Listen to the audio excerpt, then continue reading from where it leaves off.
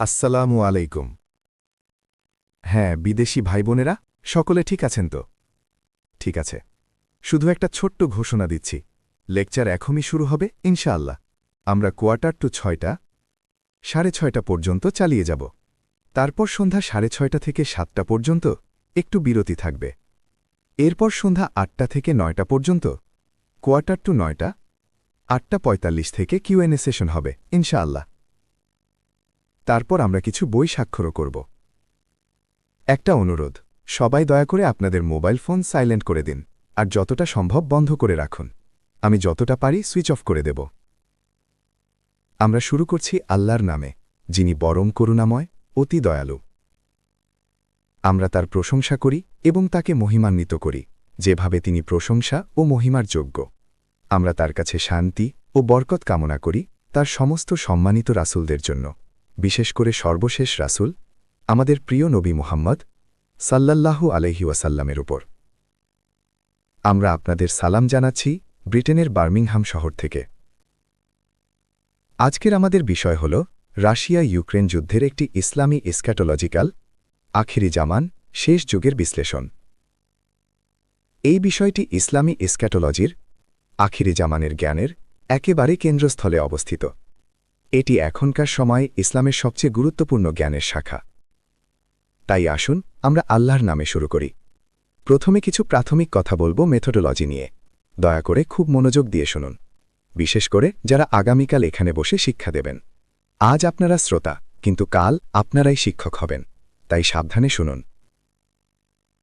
আল্লাহ কুরআনে ঘোষণা করেছেন, শুধু এখানেই নয় অন্যত্র, যে এই কুরআন সম্পূর্ণ সত্য। অর্থাৎ একবার আপনি যখন গ্রহণ করলেন যে এটি আল্লাহর বাণী, তখন একমাত্র আল্লাহকে যখন আপনি গ্রহণ করলেন, তখন এই কুরআনকে আর প্রশ্ন করার কোনো সুযোগ নেই। আপনাকে এর কাছে সম্পূর্ণ আত্মসমর্পণ করতে হবে। আপনি এতে আরাম বোধ করুন বা না করুন, এটাকে বুঝতে পারুন বা না পারুন। একবার আপনি মেনে নিলেন যে এটি একমাত্র আল্লাহর বাণী, তখন এটি সম্পূর্ণ সত্য। আপনার মাথা এর সামনে নত হতে বাধ্য।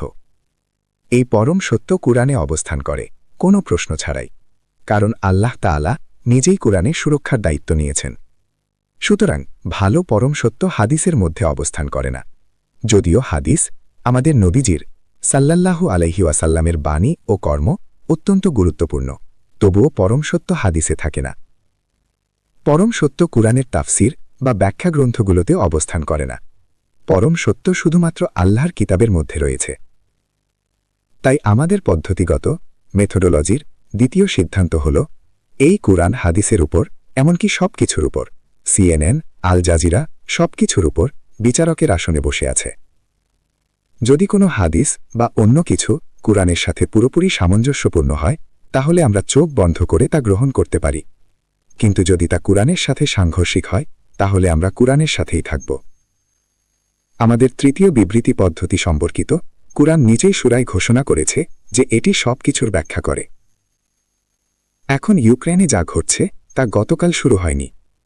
কোনো স্কুলের ছেলে হয়তো বলতে পারে যে এটা নতুন ঘটনা, কিন্তু আপনি আর আমি জানি এটা অনেক দিন ধরে চলমান ইতিহাসের একটা ধারাবাহিকতা, এবং এটা ইতিহাসের গতিপথের একেবারে কেন্দ্রস্থলে অবস্থিত। এই মুহূর্তে রাশিয়া ও ইউক্রেনে যা ঘটছে, আমার কথাগুলো মনে রাখবেন, এটা ইতিহাসের গতিপথের একেবারে কেন্দ্রবিন্দুতে অবস্থান করছে। ইতিহাসের গতিপথের একেবারে কেন্দ্রস্থলে অবস্থান করছে। এই লেকচার যত এগোবে আপনারা ততই বুঝতে পারবেন। যদি এই কুরআন সবকিছুর ব্যাখ্যা করে, তাহলে অবশ্যই এটি ইতিহাসের গতিপথের ব্যাখ্যাও করবে, বিশেষ করে বর্তমানে ইউক্রেনে যা ঘটছে তার সাথে সম্পর্কিত ইতিহাসের গতিপথের ব্যাখ্যা। যদি আমাদের কাছে কুরআন থাকে আর আমরা আজ যা করছি, রাশিয়া ইউক্রেন যুদ্ধের একটি ইসলামী এসক্যাটোলজিক্যাল আখিরি জামানের জ্ঞানের বিশ্লেষণ, তা কুরআন দিয়ে ব্যাখ্যা করতে না পারি, তাহলে হয় আমরা আসলে কুরআনকে সত্যিকার অর্থে পাইনি, অথবা আমরা কুরআনের সাথে ঘুমিয়ে আছি। আমার প্রিয় প্রকাশভঙ্গি, আমরা বিরিয়ানি খেয়ে বাড়ি ফিরে ঘুমিয়ে পড়ছি, আর এটা কুরআনের সাথে বিশ্বাসঘাতকতা। আমাদের নবীজি সাল্লাল্লাহু আলাইহি ওয়াসাল্লাম অভিযোগ করেছিলেন, আল্লাহ তাআলা সেই অভিযোগ কুরআনে রেখে দিয়েছেন। এটা নবীজির কথা, কিন্তু আল্লাহর বাণী। রাসূলুল্লাহ সাল্লাল্লাহু আলাইহি ওয়াসাল্লাম বলেছেন বা অভিযোগ করেছেন, আমার উম্মত এই কুরআনকে পরিত্যাগ করেছে। এই অভিযোগ আজকের ইসলামী আলিমদের জন্য আরও বেশি প্রযোজ্য, ইসলামী শিক্ষা প্রতিষ্ঠানগুলোর জন্য আরও বেশি প্রযোজ্য, যারা কোরআনকে পরিত্যাগ করেছে। যদি এই ভবিষ্যৎবাণী আজকের দিনে প্রযোজ্য হয় আর তারা অক্ষম বা অপর্যাপ্ত হয়ে যায়, তাদের ইলম অপর্যাপ্ত হয়ে যায়, যাতে তারা কোরআনের দিকে ফিরে আজকের বিশ্বের বাস্তবতা ব্যাখ্যা করতে না পারে। এই প্রাথমিক বিবৃতি দিয়ে পদ্ধতি, মেথোডোলজি নিয়ে আসুন এবার আমাদের মূল বিষয়ে এগোই। দয়া করে এটা খুলে দাও আমার জন্য।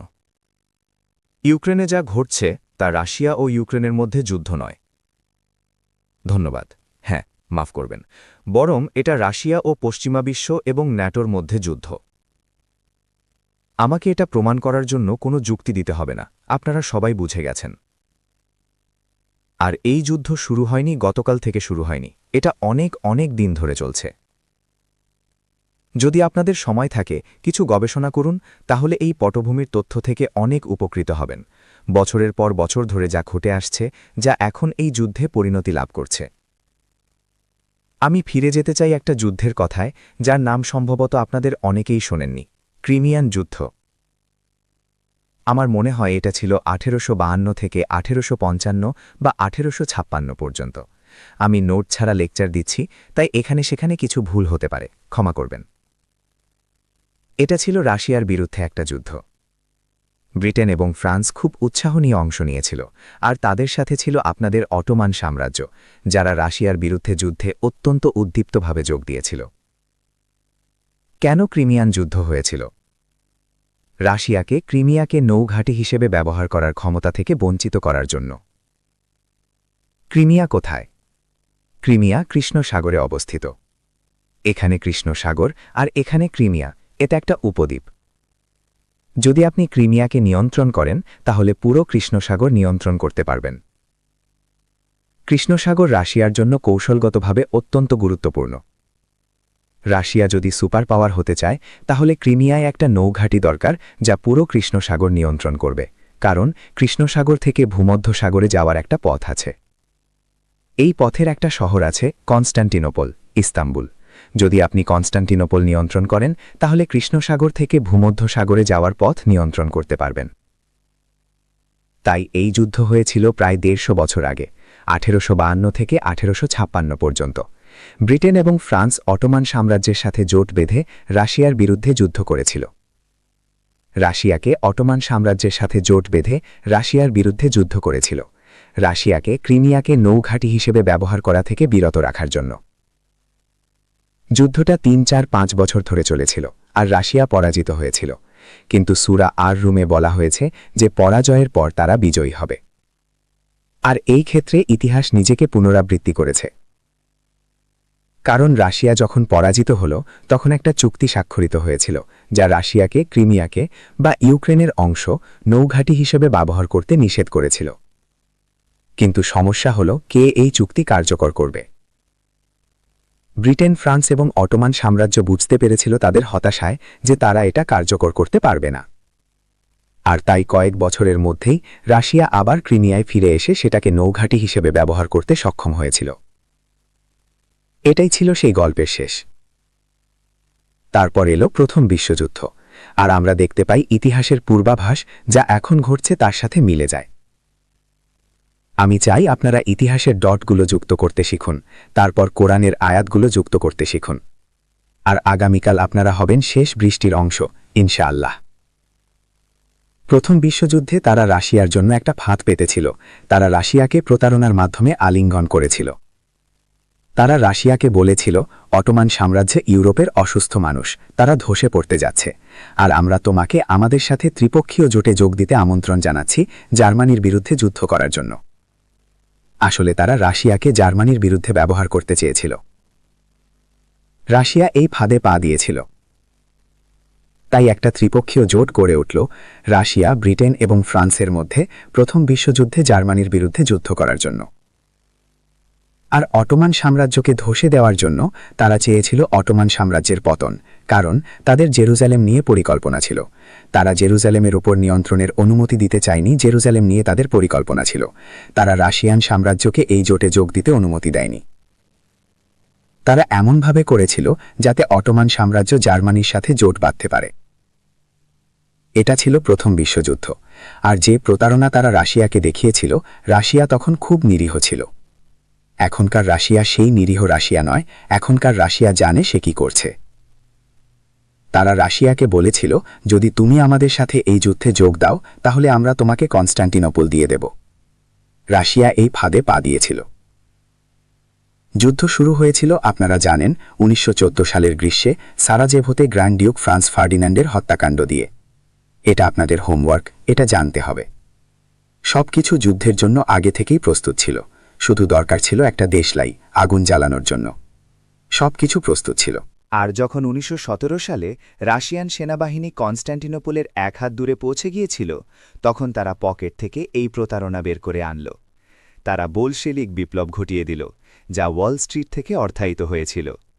তারা লেনিনকে ওয়াল স্ট্রিট থেকে পাঠিয়েছিল, তারা তাকে পাঠিয়েছিল, আর বোলশেভিক বিপ্লব ঘটিয়ে রাশিয়ায় শাসন পরিবর্তন করল। জার নিকোলাস, যিনি একজন ধার্মিক খ্রিস্টান ছিলেন, ও হ্যাঁ, তিনিও তার পরিবার সবাই খুব ধার্মিক খ্রিস্টান ছিলেন, আমি এই বিষয়ে একটা পুরো বই পড়েছি। তিনি ও তার পুরো পরিবারকে হত্যা করা হয়েছিল, পুরো পরিবারকে হত্যা করা হয়েছিল, আর রাশিয়া তখন নিয়ন্ত্রণে চলে এলো। হ্যাঁ, এটা সত্য, রাশিয়ান ইহুদিরা রাশিয়ার নিয়ন্ত্রণ নিয়ে নিল। তারপর রাশিয়া একটা নাস্তিক রাষ্ট্রে পরিণত হল। নাস্তিকতা মানে আল্লাহকে অস্বীকার করা, নাস্তিকতা মানে আল্লাহর অস্তিত্বে বিশ্বাস না করা। তারপর এলো একটা নাস্তিক রাষ্ট্র, ইউএসএসআর বা সোভিয়েত ইউনিয়ন নামে পরিচিত। রাশিয়া তখন যুদ্ধ থেকে বেরিয়ে গেল, যখন কনস্টান্টিনোপল, ইস্তাম্বুল তাদের হাতের নাগালে ছিল। কারণ তারা কখনোই চায়নি রাশিয়া কনস্টান্টিনোপল পাক। এরা এমন লোক, চুক্তি স্বাক্ষর করে কিন্তু চুক্তিতে কোনো সততা থাকে না। এটাই ঘটেছিল মিনস্ক চুক্তির ক্ষেত্রে, যা ইউক্রেন যুদ্ধের কারণ হয়েছে। তাই এখন আমরা দেখছি পূর্ববর্তী শত্রুতা ও বিদ্বেষের ধারাবাহিকতা, যা ক্রিমিয়ান যুদ্ধে দেখা গিয়েছিল। প্রথম বিশ্বযুদ্ধেও এটা দেখা গেছে। আর দরিদ্র রাশিয়া এখন কষ্ট পাচ্ছে, কারণ সোভিয়েত ইউনিয়ন অর্থোডক্স খ্রিস্টান ধর্মের বিরুদ্ধে যুদ্ধ করেছে, ইসলামের বিরুদ্ধেও যুদ্ধ করেছে। কিন্তু তারা তাদের পরিকল্পনা করেছে, আর আল্লাহ তার পরিকল্পনা করেছেন। সোভিয়েত ইউনিয়ন এমন কিছু করতে সক্ষম হয়েছিল যা আমি আজ তোমাদের সাথে আলোচনা করতে পারি না। তারা পরিকল্পনা করে, কিন্তু আল্লাহ পরিকল্পনা করেন। সোভিয়েত ইউনিয়ন তাদের প্রতারিত করে একটা আকস্মিক আঘাত দিয়েছিল। তারপর এলো দ্বিতীয় বিশ্বযুদ্ধ। দ্বিতীয় বিশ্বযুদ্ধে ব্রিটেন ও ফ্রান্সের সাথে এখন যোগ দিয়েছে যুক্তরাষ্ট্র, আমেরিকা। আবার তারা রাশিয়ার, যা এখন সোভিয়েত ইউনিয়ন, সাথে জোট বাঁধল হিটলারের জার্মানির বিরুদ্ধে। এখন আর অটোমান সাম্রাজ্য নেই, এখন তুরস্ক, আর তুরস্কও তাদের সাথে যোগ দিয়েছে। আমাকে ব্যাখ্যা করে বলো, জার্মানি যখন আত্মসমর্পণ করেছে, হিটলার যখন পরাজিত হয়েছে, ইউরোপে যুদ্ধ তখন শেষ হয়ে যাওয়ার কথা ছিল। জার্মানি আত্মসমর্পণ করেছে, আমরা আত্মসমর্পণ করেছি, জার্মানি আত্মসমর্পণ করেছে, আমরা আত্মসমর্পণ করেছি। এখন আমরা জাপান নিয়ে চিন্তিত নই। আমাকে ব্যাখ্যা করে বলো, কেন জার্মানি আত্মসমর্পণ করার পরও ইউরোপে যুদ্ধ চলতে থাকল? দুঃখিত, রাশিয়া আত্মসমর্পণ করার পরও, আসলে জার্মানি আত্মসমর্পণ করার পরও। উত্তর হল এই অফুরন্ত ঘৃণা, শত্রুতা এবং বিদ্বেষের কারণে, শুধু রাশিয়ার প্রতি নয়, অর্থোডক্স খ্রিস্টান ধর্মের প্রতিও। সোভিয়েত ইউনিয়ন তাদের হত্যা করছিল, রাশিয়ার পুরোহিতদের হত্যা করছিল। এখন সোভিয়েত ইউনিয়নকে বলা হলো, এটা ছিল রুজভেল্ট এবং চার্চিল যা স্ট্যালিনকে বলেছিল, এখন এগিয়ে যাও, ইউরোপের সব অর্থোডক্স খ্রিস্টান অঞ্চল জয় করে নাও, যুদ্ধ শেষ হয়ে গেলেও। তাই এখন ইউক্রেনে যা ঘটছে তার একটা পটভূমি আছে যা আপনারা ভুল বুঝছেন। আমরা দেখছি এই শত্রুতা আবার মাথা তুলছে দ্বিতীয় বিশ্বযুদ্ধের পর 1954 সালে। আমার মনে হয় 1952 বলা হয়েছে, কিন্তু আসলে 1954, যখন ক্রুশ্চেভ ক্রিমিয়াকে, যা রাশিয়ার অংশ ছিল, ইউক্রেনকে দিয়ে দিলেন। হয়তো জন্মদিনের উপহার হিসেবে, আমি জানি না। তিনি ক্রিমিয়াকে ইউক্রেনকে দিয়ে দিলেন। আপনারা কি রাশিয়ার জনগণকে জিজ্ঞাসা করেছিলেন যে তারা ক্রিমিয়া ইউক্রেনকে দিতে রাজি কিনা? আপনারা কি তা করেছিলেন? এটাকেই কি আপনারা গণতন্ত্র বলেন? এটাই কি মানুষের জীবন নিয়ে খেলার উপায়? উত্তর দাও ওয়াশিংটন, উত্তর দাও লন্ডন। ক্রুশ্চেভ কখনও রাশিয়ান জনগণের সাথে পরামর্শ করেননি, তিনি ক্রিমিয়ার জনগণের সাথেও পরামর্শ করেননি। না, তিনি শুধু এই অঞ্চলকে জন্মদিনের উপহার হিসেবে ইউক্রেনকে হস্তান্তর করে দিলেন। কেন? উত্তর দাও। উত্তরটা এই ঘৃণা এবং শত্রুতার মধ্যে লুকিয়ে আছে, রাশিয়া এবং অর্থোডক্স খ্রিস্টান ধর্মের প্রতি। কারণ তারা দাবার বোর্ড সাজিয়ে রাখছিল যাতে তারা এখন যা করছে তা করতে পারে। এটাই কিভাবে তারা আজকের দিনে করছে, এটাই কিভাবে তারা আজকের দিনে করছে, এটাই কিভাবে তারা এখন করছে। রাশিয়া ক্রিমিয়া ফিরে পেয়েছে। তারপর আমরা দেখলাম 1980-র দশকে যখন সোভিয়েত ইউনিয়ন ধসে পড়ল, ভেঙে গেল। তারপর রাশিয়াকে পশ্চিমা শক্তি নিয়ন্ত্রণে নিয়ে নিল। রাশিয়ার সব সম্পদকে যেন গ্যারেজ সেলে বিক্রি করে দেওয়া হলো, সব লুটপাট করা হলো। তারা ইয়েলসিনকে ব্যবহার করে রাশিয়াকে লুণ্ঠন করল। কেন তারা এটা করল? এই ঘৃণার কারণে, রাশিয়ার প্রতি এই ঘৃণার কারণে। তারপর দাবার বোর্ডের শেষ ঘটিটা এলো 2014 সালে। দুঃখিত, 19 নয়, 2014 সালে। আমি তখন মালয়েশিয়ায় থাকতাম। 2014 সালে ইউক্রেনে একটা সরকার ছিল যা রাশিয়ার প্রতি বন্ধুত্বপূর্ণ ছিল। ইউক্রেনের জনগণ এবং রাশিয়ার জনগণ একে অপরের ভাই বোন। এই সরকার রাশিয়ার প্রতি বন্ধুত্বপূর্ণ ছিল। তারপর তারা যা করল, যা তারা গত 200 বছর ধরে ল্যাটিন আমেরিকায় করে আসছে, তাকে বলে রেজিম চেঞ্জ, শাসন পরিবর্তন। কখনো তারা এটা করে গানবোট ডিপ্লোমেসি দিয়ে, কখনো আমেরিকান বিমানবাহিনী বোমা ফেলে প্রাসাদের ওপর সালভাদর আলিয়েন্দেকে চিলি থেকে সরিয়ে দেয়। তারা বাম ডান মধ্য সব দিক থেকে সরকার উল্টে দেয়, যাতে সরকারগুলো তাদের কাছে আজ্ঞাবহ হয়। আমরাই বিশ্বের শাসক, আমরাই মানবজাতির জন্য সবচেয়ে ভালো, আমরাই মানব ইতিহাসে সবচেয়ে উন্নত সভ্যতা। সব আগের সভ্যতায় ইতিহাসের জাদুঘরে রাখা যায়। সবাইকে আমাদের কাছে আত্মসমর্পণ করতে হবে। যে সরকার আমাদের কাছে আত্মসমর্পণ করতে অস্বীকার করে, আমরা তাকে বদলে দিই। এখন তারা এটাকে বলে কালার রেভলিউশন, রঙিন বিপ্লব। আমি তোমাদের কোনো নতুন কথা বলছি না যা তোমরা জানো না। আমি তোমাদের কোনো নতুন কথা বলছি না যা তোমরা জানো না। এসব কথা সবার জানা, পাবলিক নলেজ। আর এটাই ঘটেছিল 2014 সালের সিআইএ সমর্থিত কালার রেভলিউশনে। যে সরকার রাশিয়ার প্রতি বন্ধুত্বপূর্ণ ছিল, তাকে বন্দুকের নল দিয়ে সরিয়ে দেওয়া হলো। তার জায়গায় এমন একটা সরকার বসানো হলো যা রাশিয়ার প্রতি শত্রুতাপূর্ণ, যাতে রাশিয়াকে ক্রুশিবিদ্ধ করার মঞ্চ তৈরি হয়। আমি তোমাদের এই পটভূমি দিয়েছি। এটা করতে আমার কিছু সময় লেগেছে, কিন্তু এটা বোঝা অত্যন্ত জরুরি। ইউক্রেনে এখন যা ঘটছে তা গতকাল শুরু হয়নি, এর একটা দীর্ঘ পটভূমি আছে।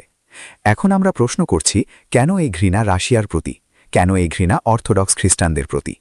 সময় বাঁচানোর জন্য আমি কুরআনের আয়াত স্ক্রিনে দেখাচ্ছি না, কারণ আমাদের সময় সীমিত। কিন্তু যদি আমরা সূরা আস-সাফে যাই, আল্লাহ তাআলা বলেন, হে ঈমানদারগণ, আল্লাহ তোমাদের কাছে সাহায্য চাইছেন, তোমাদের মধ্যে কে আমাকে সাহায্য করবে? এখানে আল্লাহ শুধু মোহাম্মদ সাল্লাল্লাহু আলাইহি ওয়াসাল্লামের অনুসারীদের সম্বোধন করছেন না, তিনি সব ঈমানদারদের বলছেন। আল্লাহ কিভাবে সাহায্য চাইছেন? আল্লাহ কি সাহায্যের মুখাপেক্ষী? মাথায় টুপি পরে চিন্তা করো, উত্তর দাও। আল্লাহ তোমাদের আমন্ত্রণ জানাচ্ছেন যে তোমরা যুদ্ধক্ষেত্রে নামো, সত্যের বিজয়ের জন্য লড়াই করো, সংগ্রাম করো, সব প্রতিদ্বন্দ্বীর ওপর সত্যের বিজয়ের জন্য। তিনি তার রাসূলকে পাঠিয়েছেন হিদায়াত ও সত্য দিয়ে, যাতে এই সত্য সব প্রতিদ্বন্দ্বীর ওপর জয়ী হয়। এর মানে কি এই উম্মাকে বিশ্ব শাসন করতে হবে? কোথায় সেই স্কুলের ছেলে যে এই বাজে কথা বলছে? তাকে বলো স্কুলে ফিরে যাও। না না না, আল্লাহ এই উম্মাকে বিশ্ব শাসন করতে বলছেন না। এটা তো ওয়াশিংটন করতে চায়, লন্ডন করতে চায়, প্যারিস করতে চায়। আমরা নই। লন্ডন করতে চায়, প্যারিস করতে চায়, কিন্তু আমরা তা করতে চাই না। আমরা কখনো বিশ্ব শাসন করার মিশন নিয়ে আসিনি। তাই আল্লাহ বলেন, আমি জানতে চাই কে এগিয়ে আসবে আমাকে সাহায্য করতে, কে আমাকে সাহায্য করবে। তারপর তিনি তার উম্মাকে সম্বোধন করেন। আল্লাহের অনুসারীদের বর্ণনা করা হয়েছে, তাফসিরকাররা বলেন এরা হলেন হজরত ঈসা আলাইহিস সালামের হাওয়ারি, শিষ্যগণ। আমি এটাকে সীমাবদ্ধ করার কোনো প্রয়োজন দেখি না। আমার মতে তিনি তার উম্মাকে সম্বোধন করছেন। আর তাদের বলা হয়েছে সাদা, সাদা রঙের, কারণ সাদা রং প্রতীকী, এটা নূর, আলোর প্রতীক। আমি মনে করি না নূর বার্মিংহ্যামের স্টক মার্কেটে বিক্রি হয়। বার্মিংহ্যামের সুপারমার্কেটে নূর কেনা যায় না, যায় কি? না, নূর আসে শুধু আল্লাহর কাছ থেকে, আর সাদা রং নূরের প্রতীক। তাই তিনি তাদের বলেন এবং জিজ্ঞাসা করেন। তারা তখন উত্তর দেয়, আমরা দাঁড়িয়ে আছি, আমরা প্রস্তুত, আমরা আল্লাহকে সাহায্য করতে প্রস্তুত। আমরা যারা তোমাকে অনুসরণ করি, ও আমরা দাঁড়িয়ে যাব এবং লড়াই করব সত্যের বিজয়ের জন্য, সব প্রতিদ্বন্দ্বীর ওপর সত্যের বিজয়ের জন্য। আর এটা ঠিক এই জন্য যে তারা হজরত ঈসা আলাইহিস সালামের অনুসারী, যারা শেষ দিন পর্যন্ত বিশ্বস্ত থাকবে যা তারা বলেছিল। আয়াতে বলা হয়েছে যে তোমাদের মধ্যে তিক্ততা ও ঘৃণা রয়েছে। আয়াতটি চলতে থাকে বনি ইসরায়েলের উম্মার মধ্যে। একটা অংশ তাকে মাসিহ হিসাবে বিশ্বাস করেছিল, আরেকটা অংশ তাকে মাসিহ হিসাবে প্রত্যাখ্যান করেছিল। যে অংশ তাকে গ্রহণ করেছিল তারা এখন আনসার বা খ্রিস্টান নামে পরিচিত, আর যে অংশ প্রত্যাখ্যান করেছিল তারা এখন ইহুদি নামে পরিচিত। তাদের অন্য সংজ্ঞা থাকতে পারে, আমি তোমাদের কুরআন থেকে আসা সংজ্ঞা দিচ্ছি। এখন আল্লাহ বলেন এই সংঘর্ষে, যেখানে বনি ইসরায়েলের উম্মার একটা অংশ তাকে বিশ্বাস করে এবং অনুসরণ করে, যে অংশ তাকে বিশ্বাস করে এবং অনুসরণ করে, আর যারা বলে আমরা প্রস্তুত, আমরা আল্লাহকে সাহায্য করতে প্রস্তুত, আর অন্য অংশ যারা তাকে প্রত্যাখ্যান করেছে। এখন আল্লাহ হস্তক্ষেপ করেন এবং বলেন, ভালো করে শোনো, কারণ এটা ইউক্রেনে এখন যা ঘটছে তার জন্য খুব গুরুত্বপূর্ণ। তিনি বলেন, এই শব্দগুলো খুব গুরুত্বপূর্ণ, আমাদের ভাই বোনদের কাছে বলো। আল্লাহ বলেন, আমি তাদের শক্তিশালী করেছি, অর্থাৎ আমি সবসময় তাদের শক্তিশালী করে যাব। আমি শক্তিশালী করি এবং আমি ক্রমাগত শক্তিশালী করে যাব। যারা হজরত ঈসায় বিশ্বাস করে, যারা ঈসাকে অনুসরণ করে, যারা বলে আমরা আল্লাহর সাহায্যকারী হতে প্রস্তুত, আমি তাদের শক্তিশালী করি, যাতে তারা তাদের শত্রুদের চেয়ে আরও শক্তিশালী হয়ে ওঠে। তাই যারা তাকে মসিহ হিসেবে প্রত্যাখ্যান করেছে, আল্লাহ এখন তাদেরকে তাদের শত্রু হিসেবে বর্ণনা করছেন। এখানেই তোমাদের প্রশ্নের উত্তর। রাশিয়ার প্রতি এই ঘৃণা, শত্রুতা, বিদ্বেষ এটা কোথা থেকে এসেছে? এটা এখান থেকেই এসেছে, আর এটা সবসময় এমনই ছিল। কিন্তু আল্লাহ একই কথা বলেন, যেমন তিনি বলেছেন, যখন আমি তাদের শক্তিশালী করি তখন তারা অবশেষে বিজয়ী হয়। তাই বলো, তোমরা এই যুদ্ধে জিতবে না। বলো, এটা তোমাদের পাইপে ভরে ধূমপান করো। কুরআন পরম সত্য। আর তারা অবশেষে তাদের শত্রুদের ওপর বিজয়ী হবে। এই লেকচার যখন ইন্টারনেটে আসবে তখন বাড়িতে বসে তোমাদের নোটবুক, কলম আর কাগজ নিয়ে বসো। আমি যে সূরাগুলো নিয়ে যাব সেগুলোর নোট নাও। আমি আয়াতের নম্বর দেব না, শুধু যার মাথায় কম্পিউটার আছে সেই তোমাদের আয়াতের নম্বর দিতে পারবে। আমার মাথায় কোনো কম্পিউটার নেই, তাই আমি তোমাদের সূরার নাম বলে দেব আর তোমরা আয়াত খুঁজে নেবে। আমরা এখন সূরা আস-সাফ ছেড়ে দিচ্ছি, যা রাশিয়ার প্রতি শত্রুতা ও ঘৃণার ব্যাখ্যা করে। এবার আমরা যাচ্ছি সূরা আলে ইমরানে। সূরা আলে ইমরানে আল্লাহ বলেন কিভাবে তিনি তাদের সাহায্য করেছেন এবং তাদেরকে শত্রুদের চেয়ে আরও শক্তিশালী করে দিয়েছেন। আর এটাই ঘটেছে রাশিয়ার সাথে। সোভিয়েত ইউনিয়ন ধসে পড়ার সাথে সাথে রাশিয়া অল্প সময়ের মধ্যে বিশ্বের সবচেয়ে শক্তিশালী সামরিক শক্তিতে পরিণত হয়েছে। এটা লুকানো যায় না, সিএনএনও লুকাতে পারে না। এটা সত্য যে আজ রাশিয়া বিশ্বের সবচেয়ে শক্তিশালী সামরিক শক্তি। যদি তা না হতো তাহলে তোমরা অনেক আগেই ভেনেজুয়েলায় রেজিম চেঞ্জ করে ফেলতে। কেন তোমরা ভেনেজুয়েলায় রেজিম চেঞ্জ করতে পারোনি? কেন? কারণ রাশিয়ার কাছে এমন শক্তি আছে যা তোমাদেরকে সম্মান করতে বাধ্য করে। তোমাদের আইএস, যা সিআইএ সমর্থিত, যাকে তোমরা ভুয়া জিহাদ বলে চালিয়েছ, সিরিয়ায় ইসরায়েলি মোসাদ, সৌদি আরব, কাতার এবং তুরস্কের সক্রিয় সাহায্য নিয়ে কাজ করেছে। কেন তারা আসাদকে উৎখাত করতে পারেনি? কেন আসাদ এখনও সিরিয়ায় আছে? উত্তর, কারণ রাশিয়া সামরিকভাবে হস্তক্ষেপ করেছে। কারণ রাশিয়ার এমন শক্তি আছে যাকে তোমরা সম্মান করতে বাধ্য। এই শক্তি কোথা থেকে এসেছে? এবার আমরা ফিরে যাই সূরা আলে ইমরানে। এই সূরায় আল্লাহ নবীজি সাল্লাল্লাহু আলাইহি ওয়াসাল্লামের সাথে কথা বলছেন, আর ক্রুশবিদ্ধকরণের সময়ের কথোপকথন কুরআনে রেকর্ড করা আছে। আল্লাহ বলেন তারা তাকে হত্যা করেননি, আর আল্লাহ বলেন তারা তাকে ক্রুশবিদ্ধ করেননি। যদি তুমি জানো যে এটা আল্লাহর কথা, আর যদি তুমি বলো যে তারা তাকে ক্রুশবিদ্ধ করেছে, তাহলে তুমি কাফির। আমি কি এটা সবার জন্য আবার বলবো? তাকে ক্রুশবিদ্ধ করেছে বলে যারা বলে, তুমি কাফির। আমি কি এটা সবার জন্য আবার বলবো? এখানে যেসব বোকা বোকা লোক আছে যারা বলে ইমরান হোসেন এটা বলেছে, আমি আবার বলছি, এই আবর্জনা ফেলে দিই। আল্লাহ কুরআনে বলেন তারা তাকে হত্যা করেননি। আল্লাহ কুরআনে বলেন তারা তাকে ক্রুশবিদ্ধ করেননি। যদি তুমি জানো যে কুরআনে আল্লাহ এটা বলেছেন আর তুমি বলো যে তারা তাকে ক্রুশবিদ্ধ করেছে, তাহলে তুমি কাফির, ঠিক না? আমি কখনো বলিনি যে তারা তাকে ক্রুশবিদ্ধ করেছে। এটা তো তারা কিয়ামতের দিন বলবে, তাদেরকে আল্লাহর কাছে জবাব দিতে হবে। আল্লাহ তাকে সম্বোধন করে বলেন, ও ঈসা, আমি তোমাকে ওয়াফাতের স্বাদ আস্বাদন করাব। ওয়াফাত কি? আমি চাই না তোমরা উত্তর দাও, না ধন্যবাদ। কিন্তু আমি চাই আল্লাহ নিজে উত্তর দিন, আর তিনি উত্তর দেন। তিনি বলেন, যখন মৃত্যুর সময় আসে আল্লাহর রূহকে ওয়াফাতের স্বাদ আস্বাদন করান, অর্থাৎ আল্লাহ তোমার রূহকে নিয়ে নেন যখন তোমার মৃত্যুর সময় আসে। আল্লাহ তোমার রূহকে নিয়ে নেন যখন তোমার মৃত্যুর সময় আসে, যাতে তুমি মৃত্যুর স্বাদ পাও। আমি কি এটা বারবার বলবো? আরও একবার? আরও? এটাই আল্লাহর ব্যাখ্যা ওয়াফাত শব্দের। তাই আমার কাছে এসে ওয়াফাত শব্দ নিয়ে বাজে কথা বলো না। আল্লাহ তার রূহ নিয়ে নিয়েছেন বলে না, না, এটা ভুল। এটা কুরআনের সাথে বিশ্বাসঘাতকতা। সঠিক কথা হল আল্লাহ তার রূহ নিয়ে নিয়েছেন। তারপর আল্লাহ বলেন, আর আমি তোমাকে আমার কাছে উঠিয়ে নেব। কিন্তু আল্লাহ কুরআন পাঠিয়েছেন এমন লোকদের কাছে যারা মনে করে তিনি এটা আমার কাছে পাঠিয়েছেন। ওহো, আমার কাছে স্মার্টফোন নেই, কিন্তু যদি থাকতো তাহলে তোমাদের দেখাতাম। হ্যাঁ, স্মার্টফোন। এই দেখো, এই লোকটা। আমি তোমাদের পরিচয় করিয়ে দিই এর সাথে। এই লোকটা তোমাদের সময় চুরি করছে, আর তোমরা আর চিন্তা করতে পারো না, কারণ অন্যরা এখন তোমাদের মাথায় চিন্তা করে দিচ্ছে। তোমরা আর চিন্তা করতে পারো না, কারণ অন্যরা এখন তোমাদের চিন্তা করে দিচ্ছে।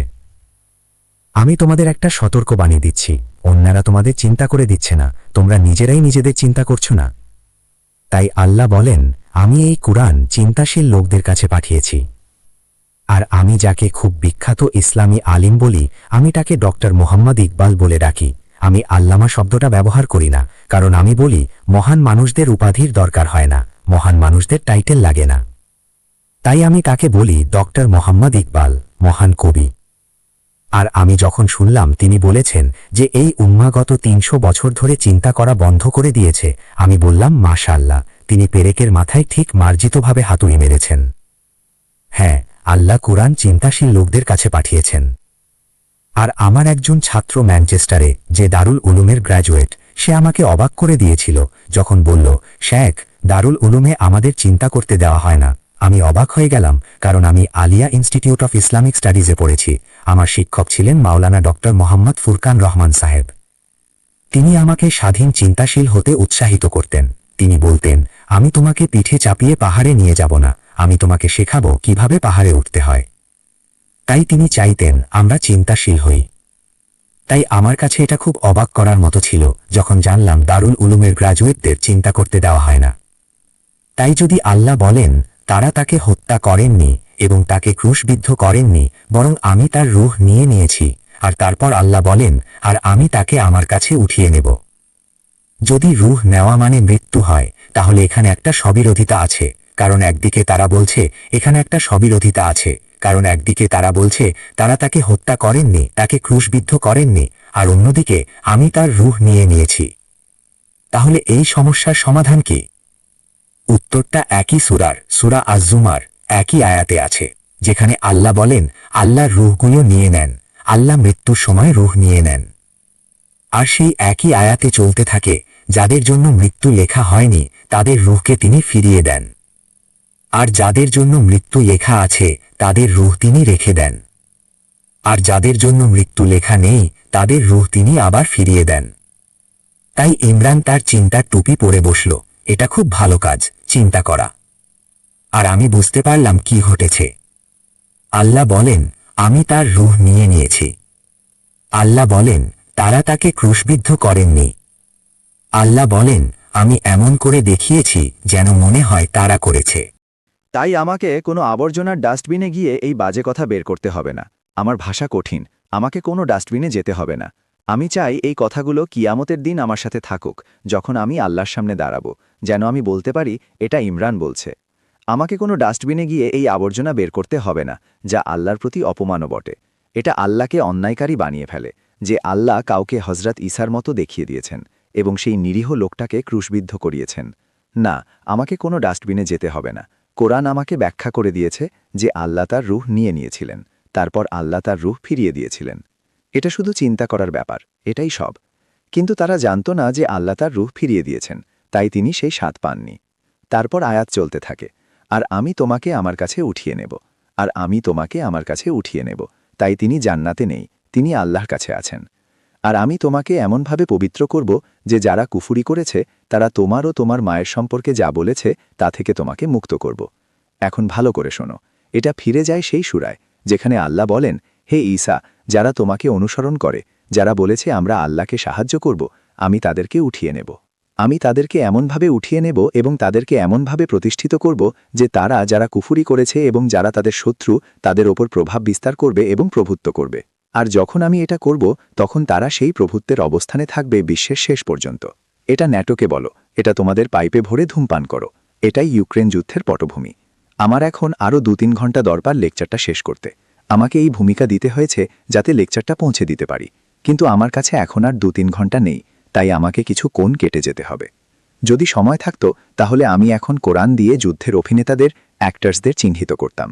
এই দিকে আছে ন্যাটো, যা আধুনিক পশ্চিমা সভ্যতার সামরিক হাতিয়ার, আর ওই দিকে আছে রাশিয়া, যা অর্থোডক্স খ্রিস্টান বিশ্বের নেতৃত্ব দিচ্ছে। তাই আসুন কোরআনে যাই এই দিকটা দেখতে, ন্যাটো ও আধুনিক পশ্চিম। আর কোরআনের একটা সূরায় আমরা ইয়াজুজ ও মাজুজের, গগ অ্যান্ড গগের সাথে পরিচিত হই। আমি ইসলামী আলিমদের জগৎ থেকে ব্যাপক বিরোধিতা পেয়েছি। তারা আমার কথা শুনতে চায় না। তারা সবাই নিশ্চিত যে আমি ভুল। কিন্তু 25-30 বছর আগে আমি একা কণ্ঠস্বর ছিলাম। 30 বছর ধরে। আমি একা কণ্ঠস্বর ছিলাম 25-30 বছর ধরে। যখন আমি লেকচার শুরু করি আমি কখনো পিছু হটিনি। আর আলহামদুলিল্লাহ ধীরে ধীরে আমাদের লোকজন চিন্তা করতে শিখছে। আমাদের লোকজন কোরআনের প্রতি বিশ্বস্ত থাকতে শিখছে, যতই আগে তারা যা বাজে কথা শুনেছে না কেন। আর আরও বেশি বেশি লোক বুঝতে শুরু করছে যে আমি কোরআনকে সঠিকভাবে ব্যাখ্যা করছি। ইয়াজুজ ও মাজুজ, গগ অ্যান্ড গগ আছে সূরা আল কাহফে। আর সূরা আল কাহফের গল্প শুরু হয় একজন ব্যক্তির নামে, যার নাম জুলকারনাইন। কোরআনে আরবিতে কার্ন শব্দটা 2 অর্থে ব্যবহার হয়। একটা হলো শিং, হর্ন, আরেকটা হলো যুগ বা জাতি বা একটা সময়কাল, জেনারেশন, পিপল, এপক। তাই যখন আল্লাহ বলেন তারা তোমাকে জিজ্ঞাসা করে জুলকারনাইন সম্পর্কে, আল্লাহ কার কথা বলছেন? আমার আগের শত শত আলিম এসে একটা সিদ্ধান্তে পৌঁছেছেন, না তিনি আলেকজান্ডার না, না না তিনি সাইরাস না, না না তিনি ড্যারিয়াস না। শত শত আলিম এসে জুলকারনাইনকে কোনো ঐতিহাসিক ব্যক্তিত্বের সাথে মিলিয়েছেন, কিন্তু কেউ মেনে নেয়নি যে জুলকারনাইন আক্ষরিক অর্থে 2টা শিংওয়ালা কেউ হতে পারে। তাহলে জুলকারনাইন কি 2টা শিংওয়ালা কেউকে বোঝায়, নাকি জুলকারনাইন এমন একটা ঘটনাকে বোঝায় যা ইতিহাসে 2 বার ঘটবে, 2 জন মানুষের মাধ্যমে? কোনটা কোনটা? যখন আমরা কোরআনে যাই আর দেখি আল্লাহ কোরআনে কার্ন শব্দটা কখনো শিং অর্থে ব্যবহার করেননি। তাই যদি তুমি কোরআনের এই জ্ঞানকে উপেক্ষা করো তাহলে তুমি ভুল রাস্তায় যাচ্ছ। জুলকারনাইন তাই কোনো 2 শিংওয়ালা মানুষকে বোঝাতে পারে না যদি তুমি কোরআনের প্রতি বিশ্বস্ত থাকো। জুলকারনাইনকে বোঝাতে হবে এমন একটা ঘটনাকে যা ইতিহাসে 2 বার ঘটবে। আর এই কারণেই আমি কখনো জুলকারনাইনকে কোনো ঐতিহাসিক ব্যক্তিত্বের সাথে মিলাইনি। তিনি এমন একজন যাকে আল্লাহ বিশেষ ক্ষমতা দিয়েছেন। তার কাছে এমন শক্তি আছে যে তিনি যা খুশি তাই করতে পারেন।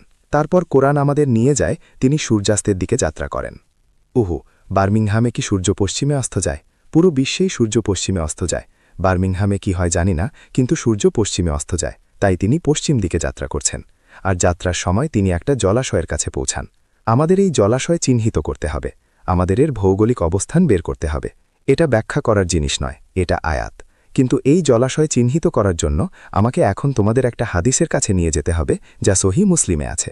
নবী মুহাম্মদ সাল্লাল্লাহু আলাইহি ওয়াসাল্লাম বলেছেন, যখন ইয়াজুজ ও মাজুজ মুক্তি পাবে তখন তারা গ্যালিলি সাগরের পাশ দিয়ে যাবে। দয়া করে গ্যালিলি সাগর স্ক্রিনে দেখাও। তারা গ্যালিলি সাগরের পাশ দিয়ে যাবে এবং পানি পান করতে শুরু করবে। আর যখন শেষ লোকটা পার হবে তখন তারা বলবে, এখানে তো পানি ছিল। এটা গ্যালিলি সাগর। আরবিতে এটাকে বলা হয় বুহাইরাত তাবারিয়া বা লেক তিবেরিয়াস। ইহুদিরা এটাকে লেক কিনারেত বলে। ইংরেজিতে এটাই সি অফ গ্যালিলি নামে পরিচিত। তারা গ্যালিলি সাগরের পাশ দিয়ে যাবে এবং পানি পান করবে। না, পানি পান করা মানে পানি খাওয়া। কিন্তু নবীজি বলেছেন যে তারা সাগরের পাশ দিয়ে যাবে। নবীজি বলেছেন যে তারা গ্যালিলি সাগরের পাশ দিয়ে যাবে যাতে জেরুজালেমে যেতে পারে। আর জেরুজালেমেই নবী ঈসা আলাইহিস সালাম উপস্থিত থাকবেন। তিনি জেরুজালেমের একটা পাহাড়ে উঠবেন, আর ইয়াজুজ ও মাজুজ সেই পাহাড়কে ঘিরে ফেলবে। জেরুজালেমেই ঈসা আলাইহিস সালাম আল্লাহর কাছে দোয়া করবেন তাদের উপর জৈবিক যুদ্ধ, বায়োলজিক্যাল ওয়ার চালানোর জন্য। তোমরা তোমাদের কো দিয়ে আমাদের উপর জৈবিক যুদ্ধ চালিয়েছ, এখন আল্লাহ তাদের উপর জৈবিক যুদ্ধ চালান, আর তারা সবাই মারা যাবে। এখন আমরা এখানে এসে পৌঁছেছি। যদি ইয়াজুজ ও মাজুজ গ্যালিলি সাগর পার হয়ে জেরুজালেমের দিকে যায় তাহলে তারা উত্তর থেকে দক্ষিণে যাত্রা করছে, উত্তর থেকে দক্ষিণে। আর জুলকারনাইন পশ্চিমমুখী যাত্রা করে একটা অন্ধকার ও কাদাময় জলাশয়ের কাছে পৌঁছান। তারপর যখন তিনি পূর্বমুখী যাত্রা করেন তখন আরেকটা জলাশয়ের কাছে আসেন, যা ক্যাসপিয়ান সাগর। আর তৃতীয় দিকে যাত্রা করলে তিনি ইয়াজুজ ও মাজুজের কাছে পৌঁছে যান। তাই আমার অধিকার আছে এই সিদ্ধান্তে পৌঁছানোর যে জুলকারনাইন যে বাঁধ তৈরি করেছিলেন যেখান থেকে ইয়াজুজ ও মাজুজ মুক্তি পাবে সেটা জেরুজালেমের উত্তরে অবস্থিত। এই সমাসে কি কেউ আমার সাথে ভিন্নমত পোষণ করেন? কেউ না। তাই আমরা সঠিক পথে আছি। যদি বাঁধটা জেরুজালেমের উত্তরে হয় তাহলে আমাদের পশ্চিম দিকে তাকাতে হবে। জেরুজালেমের উত্তর পশ্চিমে কয়টা জলাশয় আছে দেখতে এখানে আবার নাম্বার 1 দিয়ে দিন। এখানে আমরা আছি। এই 2টা জলাশয় দেখুন, এটা জেরুজালেম। আর জেরুজালেমের বাম দিকে পশ্চিম দিকে আছে ভূমধ্যসাগর, মেডিটেরেনিয়ান সি এবং কৃষ্ণসাগর, ব্ল্যাক সি। শুধু এই 2টা, কিন্তু ভূমধ্যসাগর হতে পারে না। শুধু এই 2টা, কিন্তু ভূমধ্যসাগর যোগ্যতা পায় না, কারণ সেখানে পানির স্বচ্ছতা কয়েক মিটার পর্যন্ত দেখা যায়। কিন্তু কৃষ্ণসাগর এমন নয়। কৃষ্ণসাগর শৈবালে ভর্তি আর দৃশ্যমানতা মাত্র 1 মিটার। আর অনেক ইসলামী আলিম কাফির সহ অনেক আগেই এই সিদ্ধান্তে পৌঁছেছেন যে জুলকারনাইন প্রথম যাত্রায় কৃষ্ণসাগরে গিয়েছিলেন। তারপর যখন তিনি পূর্ব দিকে সূর্যোদয়ের দিকে যাত্রা করেন তখন ক্যাসপিয়ান সাগরে পৌঁছান। আর তৃতীয় যাত্রায় তিনি ককেশাস পর্বতমালায় যান। এখন আমাদের ককেশাস পর্বত দেখান। এখানে কৃষ্ণসাগর, এখানে ক্যাসপিয়ান সাগর, আর তিনি এই পথে পর্বতের পাশ দিয়ে যাত্রা করছেন। এগুলো ককেশাস পর্বতমালা। আর ককেশাস পর্বতের মাঝখানে একটা পথ ছিল, দারিয়াল গিরিপথ, দ্যারেল গর্জ বা দারিয়াল পাস। আর সেখানে তিনি একটা জাতির কাছে পৌঁছান যেখানে ইয়াজুজ মাজুজ অবস্থান করছিল। ভালো, আমার যদি সময় থাকতো তাহলে আয়াত ধরে ধরে তোমাদের দেখাতাম, কিন্তু আমাদের আর সময় নেই, মাত্র 15 মিনিট বাকি, আমার আরও 2 ঘন্টা দরকার। তাই এখন প্রথম ঘটনাটা কৃষ্ণসাগরে ঘটেছে, যেখানে ক্ষমতা ব্যবহার করা হয়েছে।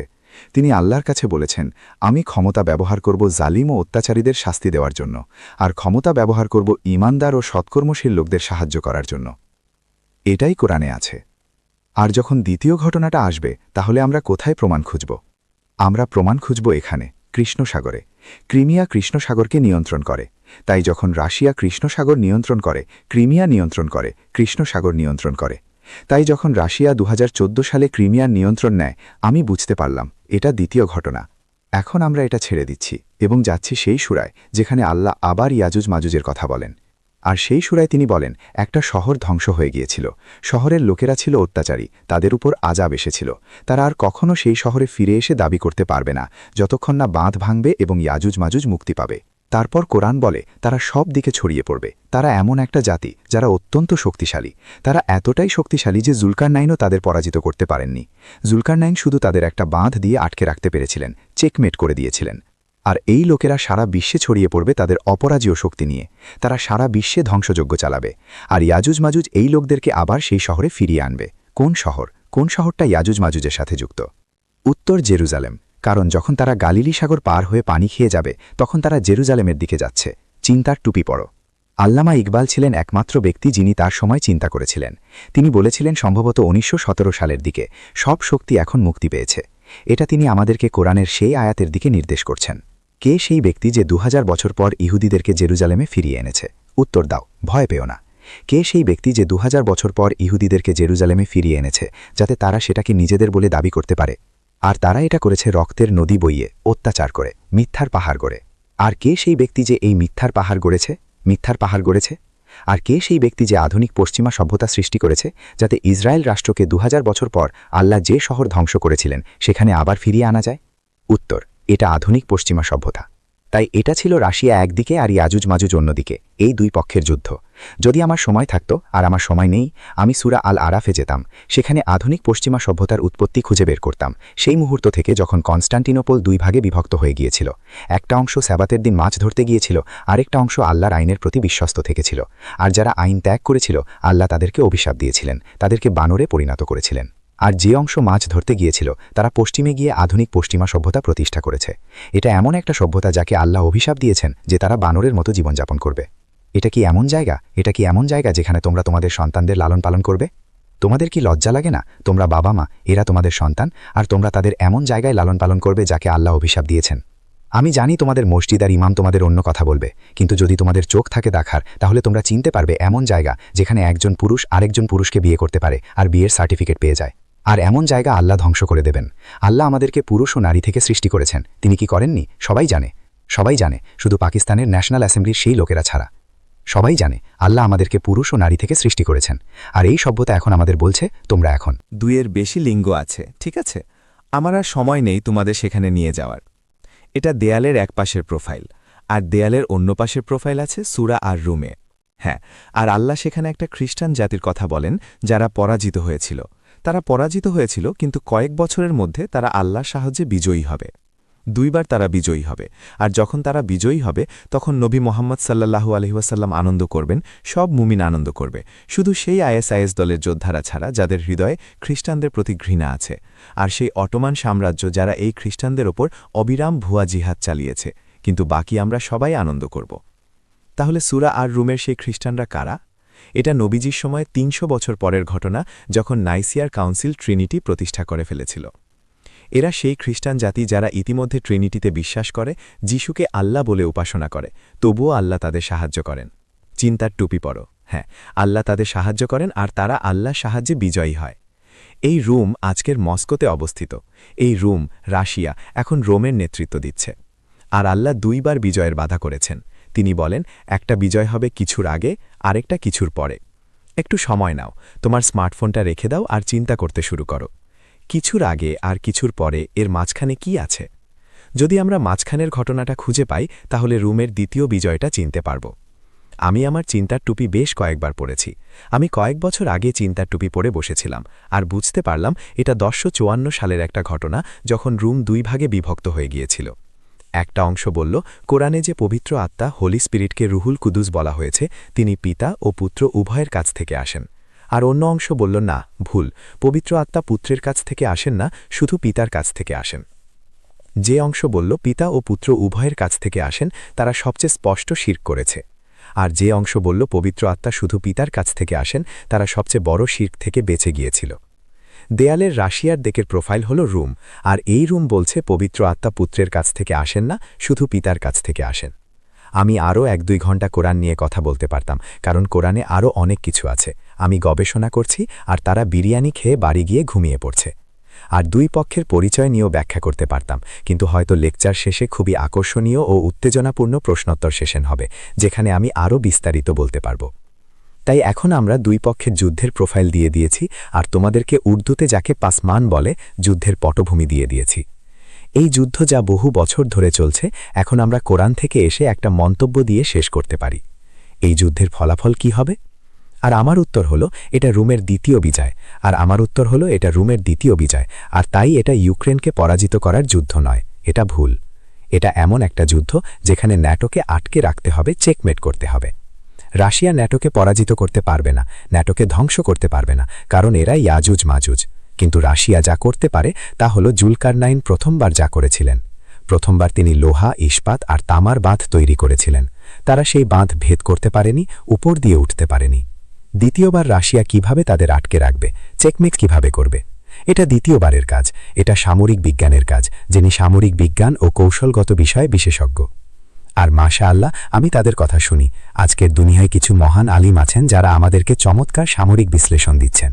পশ্চিমা মিডিয়ায় যাওয়ার দরকার নেই। পশ্চিমা মিডিয়া হলো ফরাসিতে যাকে বলে ব্লাবলাবলা, শুধু ব্লাবলাবলা। পশ্চিমা মিডিয়ায় ভুয়া খবর, সেগুলো নিয়ে ভাবার দরকার নেই। স্বাধীন স্রোত খুঁজে নাও খবর ও বিশ্লেষণের জন্য। রাশিয়া কিভাবে পশ্চিমা বিশ্বকে আটকে রাখবে? আমাদের সামনে দুইটা সম্ভাবনা আছে। আমি জানি তোমরা কোনটা চাও, আর সেটা হলো যুদ্ধ চলতে থাকবে যতক্ষণ না স্ট্যালমেট হয়। ইউক্রেন আর লড়তে পারবে না, আর পশ্চিমা বিশ্ব হস্তক্ষেপ করে রাশিয়ার সামরিক শক্তির মুখোমুখি হতে চায় না।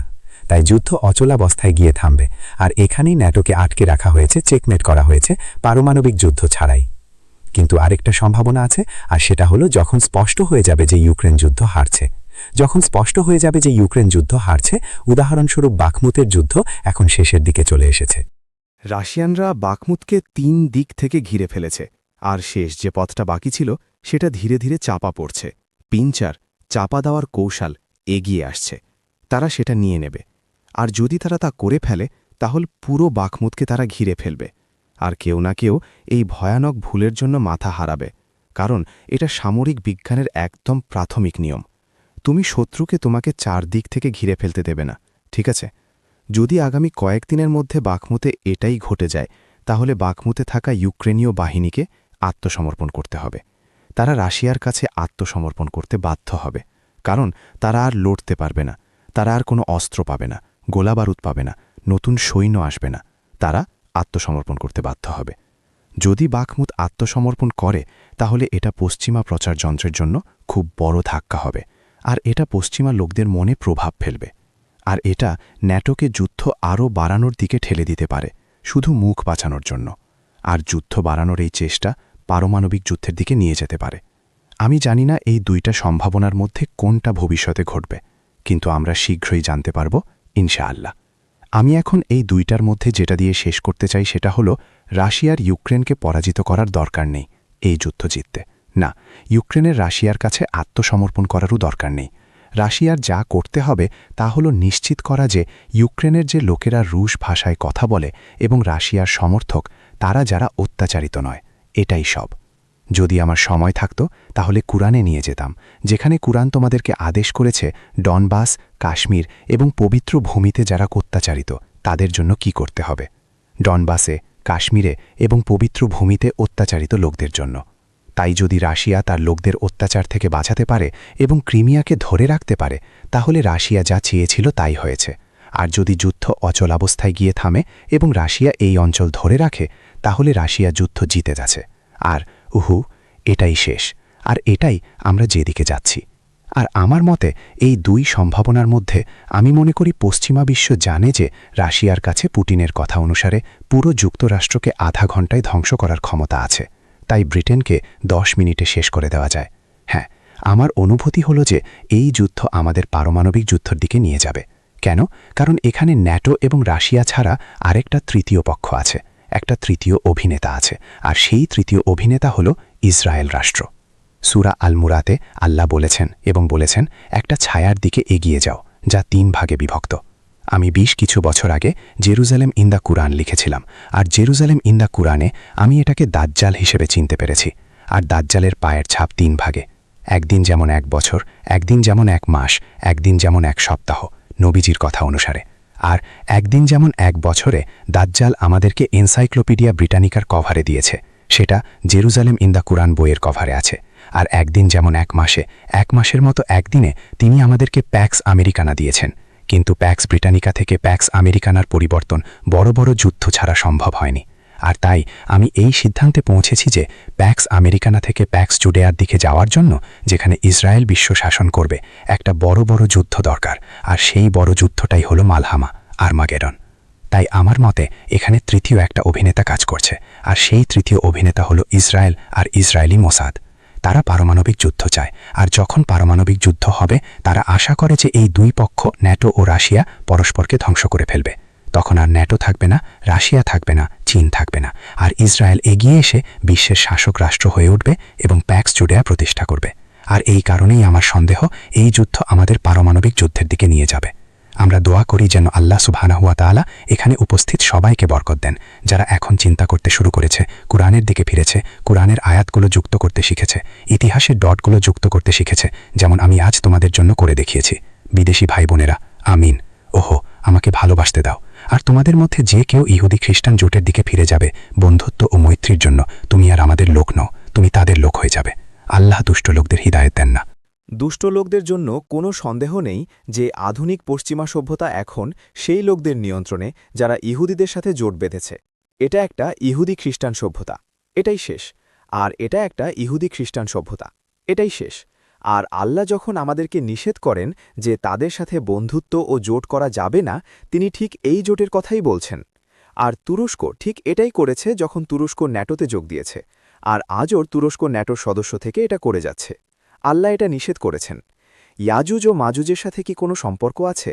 হ্যাঁ, তারা আধুনিক পশ্চিমা সভ্যতায় অবস্থান করছে, আর জায়োনিজমের সাথে মিলিয়ে এটাকে ইহুদি খ্রিস্টান সভ্যতা বলা যায়। ঠিক এটাই আধুনিক পশ্চিমা সভ্যতা, নিশ্চিতভাবে একটা ইহুদি খ্রিস্টান সভ্যতা। আর যে কেউ তাদের সাথে যোগ দেয় সে ইয়াজুজ ও মাজুজের অংশ হয়ে যায়। শুধু যোগ দেওয়া নয়, আল্লাহ বলেন তারা সারা বিশ্বে ছড়িয়ে পড়বে। আর এটাই ঘটেছে পশ্চিমা সাম্রাজ্যবাদ ও ঔপনিবেশিক যুদ্ধের মাধ্যমে। আর আল্লাহ বলেন সেই ইহুদি ও খ্রিস্টানরা কখনও সন্তুষ্ট হবে না যতক্ষণ না তোমরা তাদের কার্বন কপি হয়ে যাও। এটাই কোরআন বলছে। আর যে কেউ তাদের কার্বন কপি হয়ে যায় সে এখন ইয়াজুজ মাজুজের লোক হয়ে যায়। উদাহরণ দিই, তুমি যদি চিকেন বিরিয়ানি খেতে চাও তাহলে প্রথম কাজ কি করবে? তোমরা আমার কথা শুনছো তো? প্রথম কাজ হলো হাত ধোয়া। এই সমাবেশে কি কেউ আমার সাথে ভিন্নমত পোষণ করেন? কেউ আছে? ঠিক আছে, আজকাল কতজন লোক হাত ধয়? কতজন লোক আজ হাত ধয়? আমি পাকিস্তানে ইরানের রাষ্ট্রদূতের আমন্ত্রণে গিয়েছিলাম। ইরানের রাষ্ট্রদূত আমাকে পাকিস্তানের ডিনারের আমন্ত্রণ জানিয়েছিলেন। আমি তাকে বললাম, এটা সুন্নাহ, খাওয়ার আগে হাত ধুতে হবে। ইরানের রাষ্ট্রদূত আমাকে বললেন, ইরানে কেউ এটা করে না। তোমরা আমার কথা শুনেছ? নবী মুহাম্মদ সাল্লাল্লাহু আলাইহি ওয়াসাল্লাম তিনি বললেন না। তিনি আমাকে বললেন, ইরানে কেউ খাওয়ার আগে হাত ধোয় না। এটা কিভাবে হয়ে গেল? এটা আধুনিক পশ্চিমা সভ্যতা। তারা বলে, না, হাত দিয়ে খাবার ছোঁয়া অসভ্যতা, হাত দিয়ে খাবার ছোঁয়া অসভ্যতা।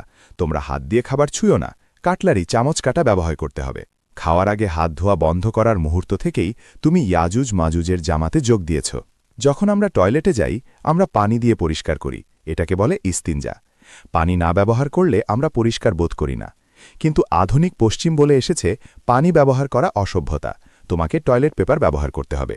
হ্যাঁ, তাই খাওয়ার আগে হাত ধোয়া বন্ধ করার মুহূর্ত থেকেই তোমার সন্তানরাও পানি ব্যবহার বন্ধ করে দেয়, আর তুমি তাদের কার্বন কপি হয়ে যাও।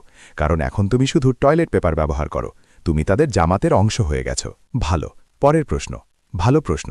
কেউ যিনি চিন্তা করেন রাশিয়ার ভবিষ্যৎবাণীকৃত বিজয় যা আসবে সেটা কি সূরা আর রুমের একই ধরন অনুসরণ করবে, প্রথমে পরাজয় তারপর বিজয়? না, আমরা সূরা আর রুম ছেড়ে এসেছি, আমরা সূরা আল কাহাফে গিয়েছি। আমরা বলেছি এটা দ্বিতীয় ঘটনা, তাই আমরা বিজয়ের কথা বলছি না। যখন তুমি ইয়াজুজ মাজুজের সাথে ডিল করছো, সূরা আর রুমে পারস্যদের সাথে নয়, এখানে ইয়াজুজ ও মাজুজ। সূরা আর রুমে পারস্যদের সাথে নয়, এখানে ইয়াজুজ ও মাজুজ। তুমি যা সর্বোচ্চ করতে পারো তা হল চেকমেট করে তাদের আটকে রাখা, যাতে তারা তোমার জন্য আর কোনো হুমকি হয়ে না থাকে। পরের প্রশ্ন, কৃষ্ণসাগর আর ক্যাসপিয়ান সাগরের মাঝে যে দূরত্ব, এটা কি কোনো মহান যাত্রীর গ্রেট ট্র্যাভেলারের উপাধির সঠিক বর্ণনা দেয়? মহান যাত্রী শব্দটা কোরআনে নেই।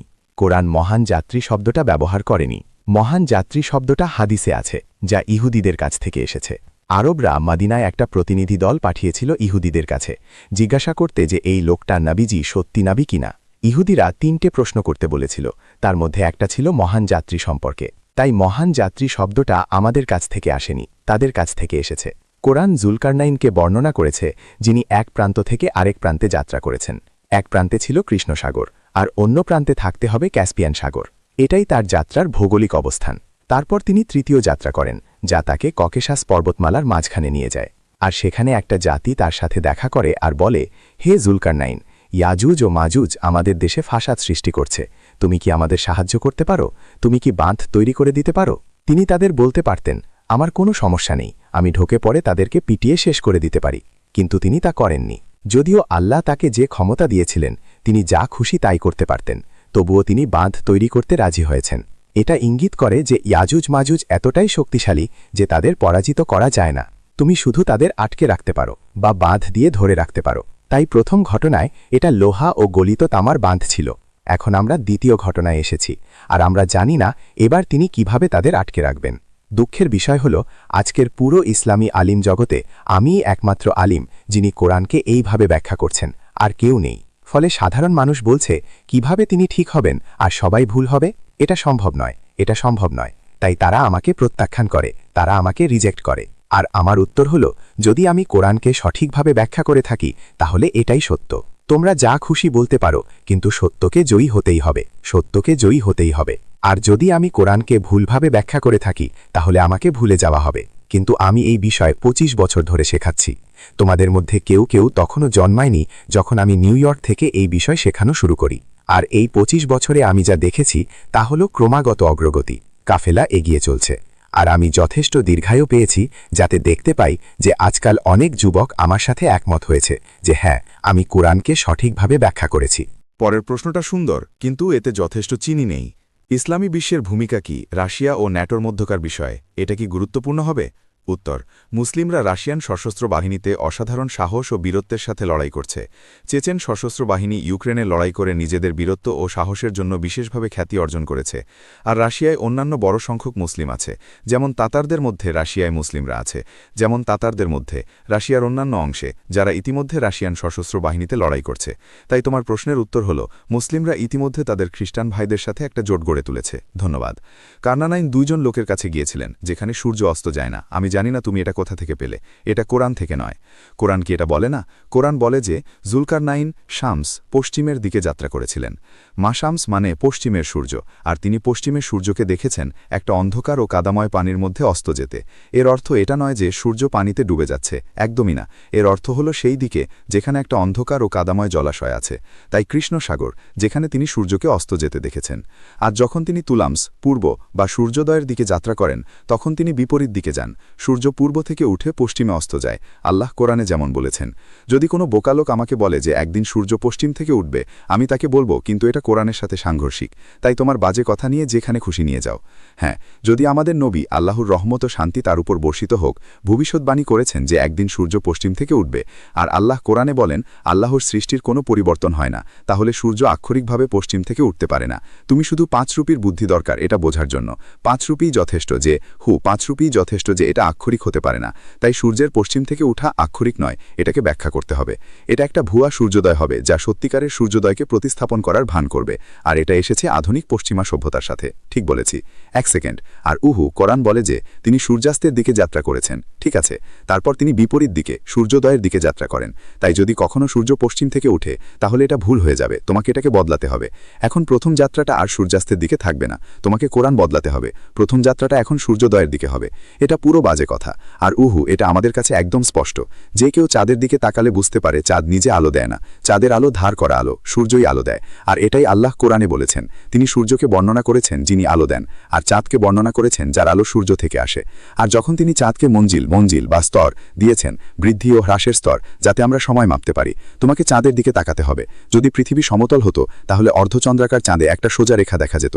অর্ধচন্দ্রাকার চাঁদ আমাদেরকে একটা সোজা রেখা দেখাতো, কারণ চাঁদ যখন পৃথিবী ও সূর্যের মাঝখানে থাকে তখনই অর্ধচন্দ্র দেখা যায়। কিন্তু যখন তুমি খ্রিস্টানদের চাঁদ দেখবে, সেটা সমতল নয়, সেটা সোজা রেখা নয়। আর এটাই চাঁদের দিকে তাকালে সোজা রেখা দেখা যায় না, এটা স্পষ্ট প্রমাণ তোমার মুখের সামনে রাখা যে তুমি ভুল, পৃথিবী সমতল নয়। কিন্তু তুমি চাইলে এই ভুল তত্ত্ব নিয়ে জিদ ধরে থাকতে পারো। আর দেখি এটা তোমাকে কোথায় নিয়ে যায়। পরের প্রশ্ন, ইয়াজুজ ও মাজুজ কেন দুইটা? একটা ইয়াজুজ আর একটা মাজুজ। যদি তারা ফাসাদের এজেন্ট হয় তাহলে কেন দুইটা হবে? একটা হলেই তো হতো। উত্তর হলো, আল্লাহ তার অনুগ্রহে এমন নির্ধারণ করেছেন যেখানে একটা পায়ের ছাপ থাকার কথা সেখানে দুইটা পায়ের ছাপ থাকবে। তাই যাদের চিন্তা করার ক্ষমতা আছে তারা দেখবে যে যেখানে একটা পায়ের ছাপ থাকার কথা সেখানে দুইটা পায়ের ছাপ। এটা হওয়ার কথা ছিল না। পুরো দুনিয়া তরল পদার্থ লিটারে মাপে। তোমার গাড়িতে কত লিটার পেট্রোল দাও, পুরো দুনিয়া এটাই করছে। কিন্তু ইয়াজুজ মাজুজের একটা অংশ বলছে, না, আমরা লিটারে করব না, আমরা গ্যালন করে মাপব। হ্যাঁ, এটা কোনো অর্থ হয় না। কেন তোমরা গ্যালনে মাপতে জিদ করছো যখন পুরো দুনিয়া লিটারে করছে? উত্তর, এটাই দুইটা পায়ের ছাপ যেখানে একটা থাকার কথা। পুরো দুনিয়া এখন তাপমাত্রা সেলসিয়াসে মাপে, কিন্তু একটা জাতি বলছে, না, আমরা সেলসিয়াস ব্যবহার করব না, আমরা ফারেনহাইট ব্যবহার করব। এটা একদম বোকামি, এটা কোনো অর্থ হয় না। তোমাদের কাছে এমন প্রযুক্তিগত সক্ষমতা আছে যে একটা একক ব্যবস্থা বানাতে পারো। তুমি কি কখনো ব্রিটেন থেকে ফ্রান্সে গাড়ি চালিয়ে গেছো? তুমি বুঝতে পারো বিপদটা। তুমি নিজেকে প্রশ্ন করো, এই লোকদের মাথায় কি কোনো বুদ্ধি আছে নাকি শুধু চীনাবাদাম ভরা? তাদের মাথায় কি কোনো বুদ্ধি আছে নাকি শুধু চীনাবাদাম ভরা? এই চ্যানেলের এই দিকে আমরা রাস্তার এই পাশ দিয়ে গাড়ি চালাই, কিন্তু যখন আমি ওই দিকে চলে যাই ওই দিকে রাস্তার অন্য পাশ দিয়ে গাড়ি চালানো হয়। আমি বিপদে পড়ে যাই। ওই বড় লরিটা আসছে আর ওই লোকটা রাস্তার ভুল দিক দিয়ে গাড়ি চালাচ্ছে। তার কি সমস্যা? না, সমস্যা তার নয়, সমস্যা তোমার। তুমি রাস্তার ভুল দিক দিয়ে গাড়ি চালাচ্ছ। এটা বিপজ্জনক। কেন তোমাদের রাস্তার দুই পাশই আছে যখন সাধারণ বুদ্ধি বলে যে একটা একক ব্যবস্থা থাকা উচিত? উত্তর, এটাই সেই পায়ের ছাপ যা আল্লাহ চিন্তাশীল লোকদের জন্য রেখে দিয়েছেন। আমরা কত মাইল গাড়ি চালাই, কিন্তু এখানে তোমরা কত কিলোমিটার গাড়ি চালাও? কখনো চেষ্টা করেছ এক দেশে ইলেকট্রিক যন্ত্র কিনে অন্য দেশে ব্যবহার করতে? এটা মাজুজ যা সারা বিশ্বে ছড়িয়ে পড়ছে। এখন প্রযুক্তিগত সক্ষমতা আছে যাতে বিদ্যুতের একটা একক ব্যবস্থা থাকতে পারে। কোনো ইলেকট্রিক্যাল ইঞ্জিনিয়ার তোমাকে বলবে পুরো দুনিয়া একটা একক ব্যবস্থা রাখতে পারত। তোমার এই দেশের প্লাগ আর ওই দেশের প্লাগ লাগতো না। আর একটা ইউনিভার্সাল, কি বলে ওটাকে, অ্যাডাপ্টার। কারণ এত দেশে এত আলাদা ব্যবস্থা। এগুলো ইয়াজুজ ও মাজুজের পায়ের ছাপ যা আল্লাহ চিন্তাশীল লোকদের জন্য রেখে দিয়েছেন। কিন্তু ডক্টর ইকবাল যেমন বলেছিলেন, এই উম্মা ৩০০ বছর আগে থেকে চিন্তা করা বন্ধ করে দিয়েছে।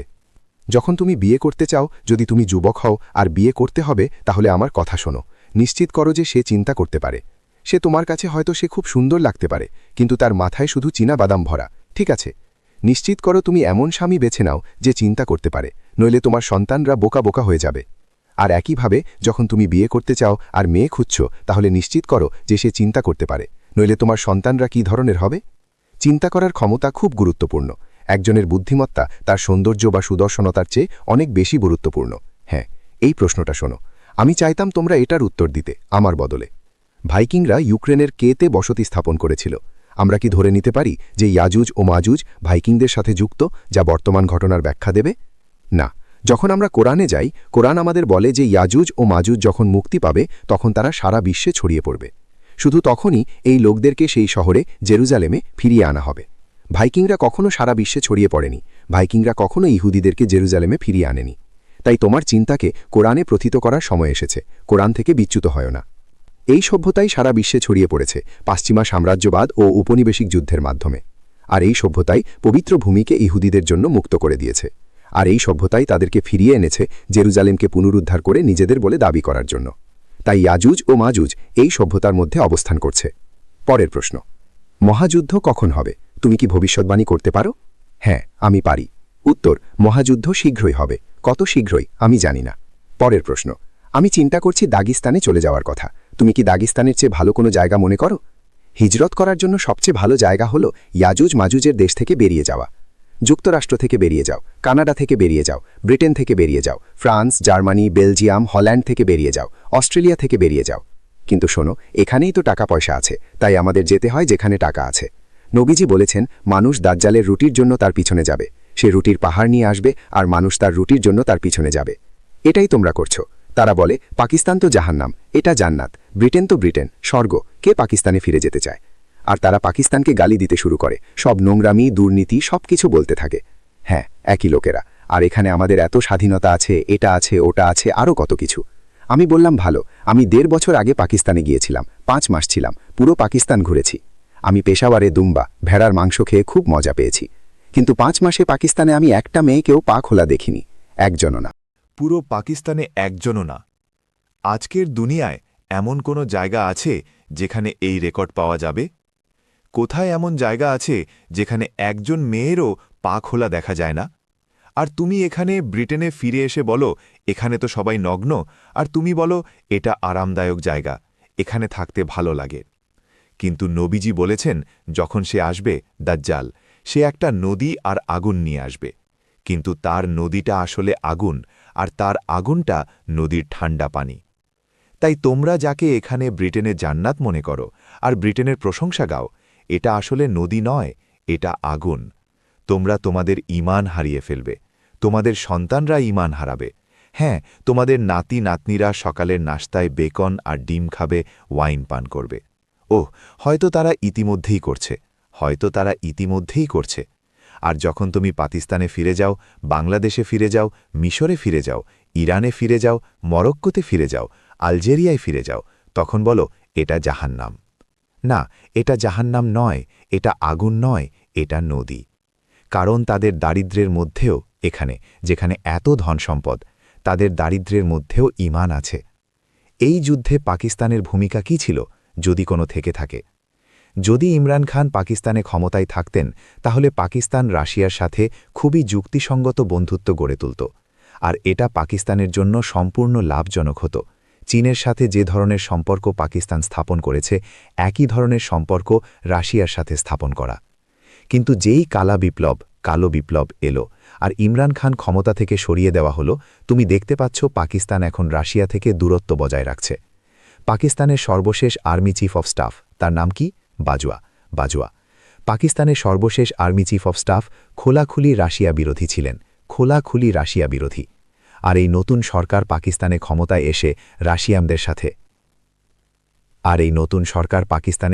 এসে রাশিয়ার সাথে বন্ধুত্বপূর্ণ সম্পর্ক গড়ার সম্ভাবনা খুবই কম।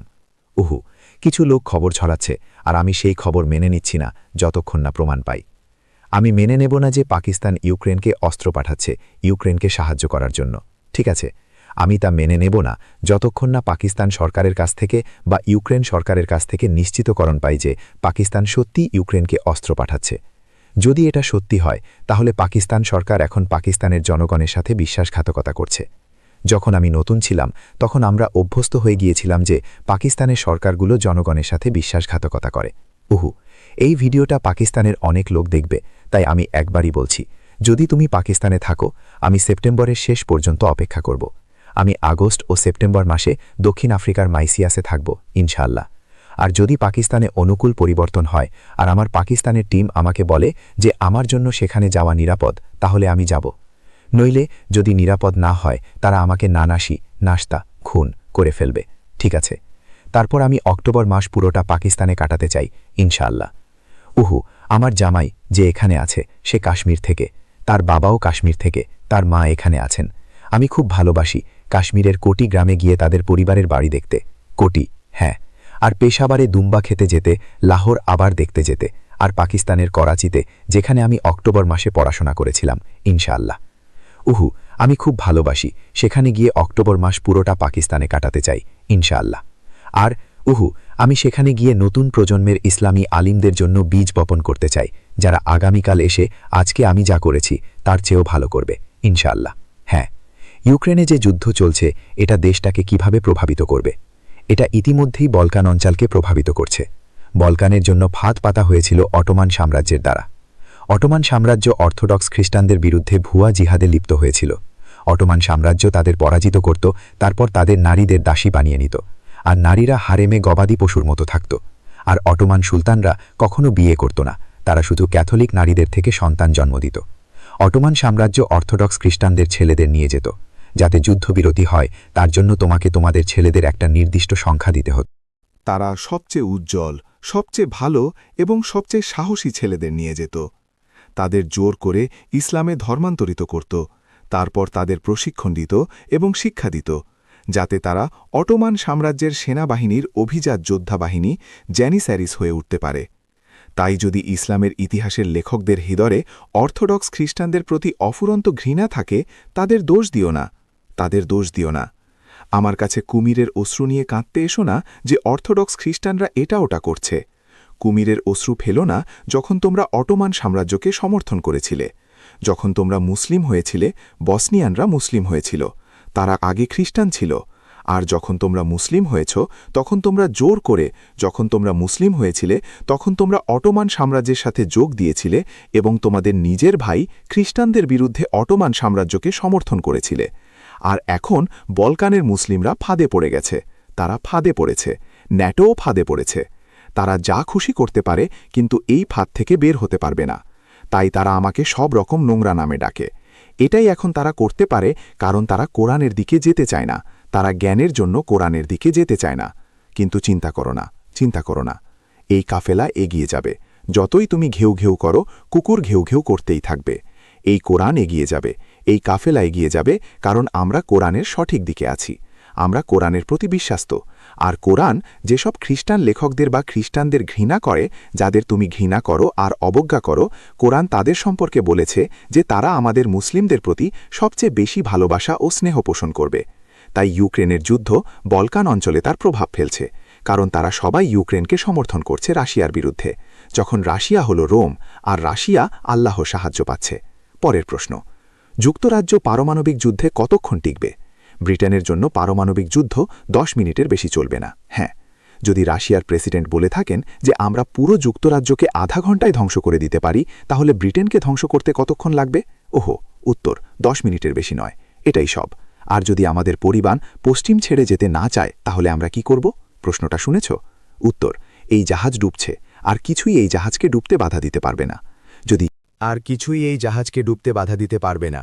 যদি ম্যালকম এক্স জীবিত থাকতেন, তিনি বলতেন, প্রভুর প্রশংসা করো, আমাদের যত তাড়াতাড়ি সম্ভব ডুবে যেতে দাও, প্রভুর প্রশংসা করো, এই জাহাজ ডুবছে, আর কিছুই এটাকে ডুবতে বাধা দিতে পারবে না। আর যখন এটা ডুবে যাবে, তখন এতে যারা আছে সবাইকে ধ্বংসের মধ্যে নিয়ে যাবে। ও, তাহলে তুমি কি করবে? যদি তুমি জাহাজে থেকে যাও যতক্ষণ না এটা ডুবে যায়, আর তোমার সব পরিবারের সদস্যদের সাথে তুমিও ধ্বংস হয়ে যাবে, তাহলে তুমি খুবই বোকা, তোমার কোনো বুদ্ধি নেই। যদি তুমি জাহাজ থেকে নেমে যাও, তোমার স্ত্রী বলে, তুমি যেতে পারো, আমি যাব না। তোমার সন্তানরা বলে, বাবা তুমি যেতে পারো, আমরা যাব না। ভালো, আর তুমি বলো, ঠিক আছে, আর তুমি জাহাজ থেকে নেমে যাও। তাহলে অন্তত তোমার একটা সুযোগ থাকবে তাদেরকে বোঝানোর চেষ্টা করার, জাহাজ থেকে নামার জন্য।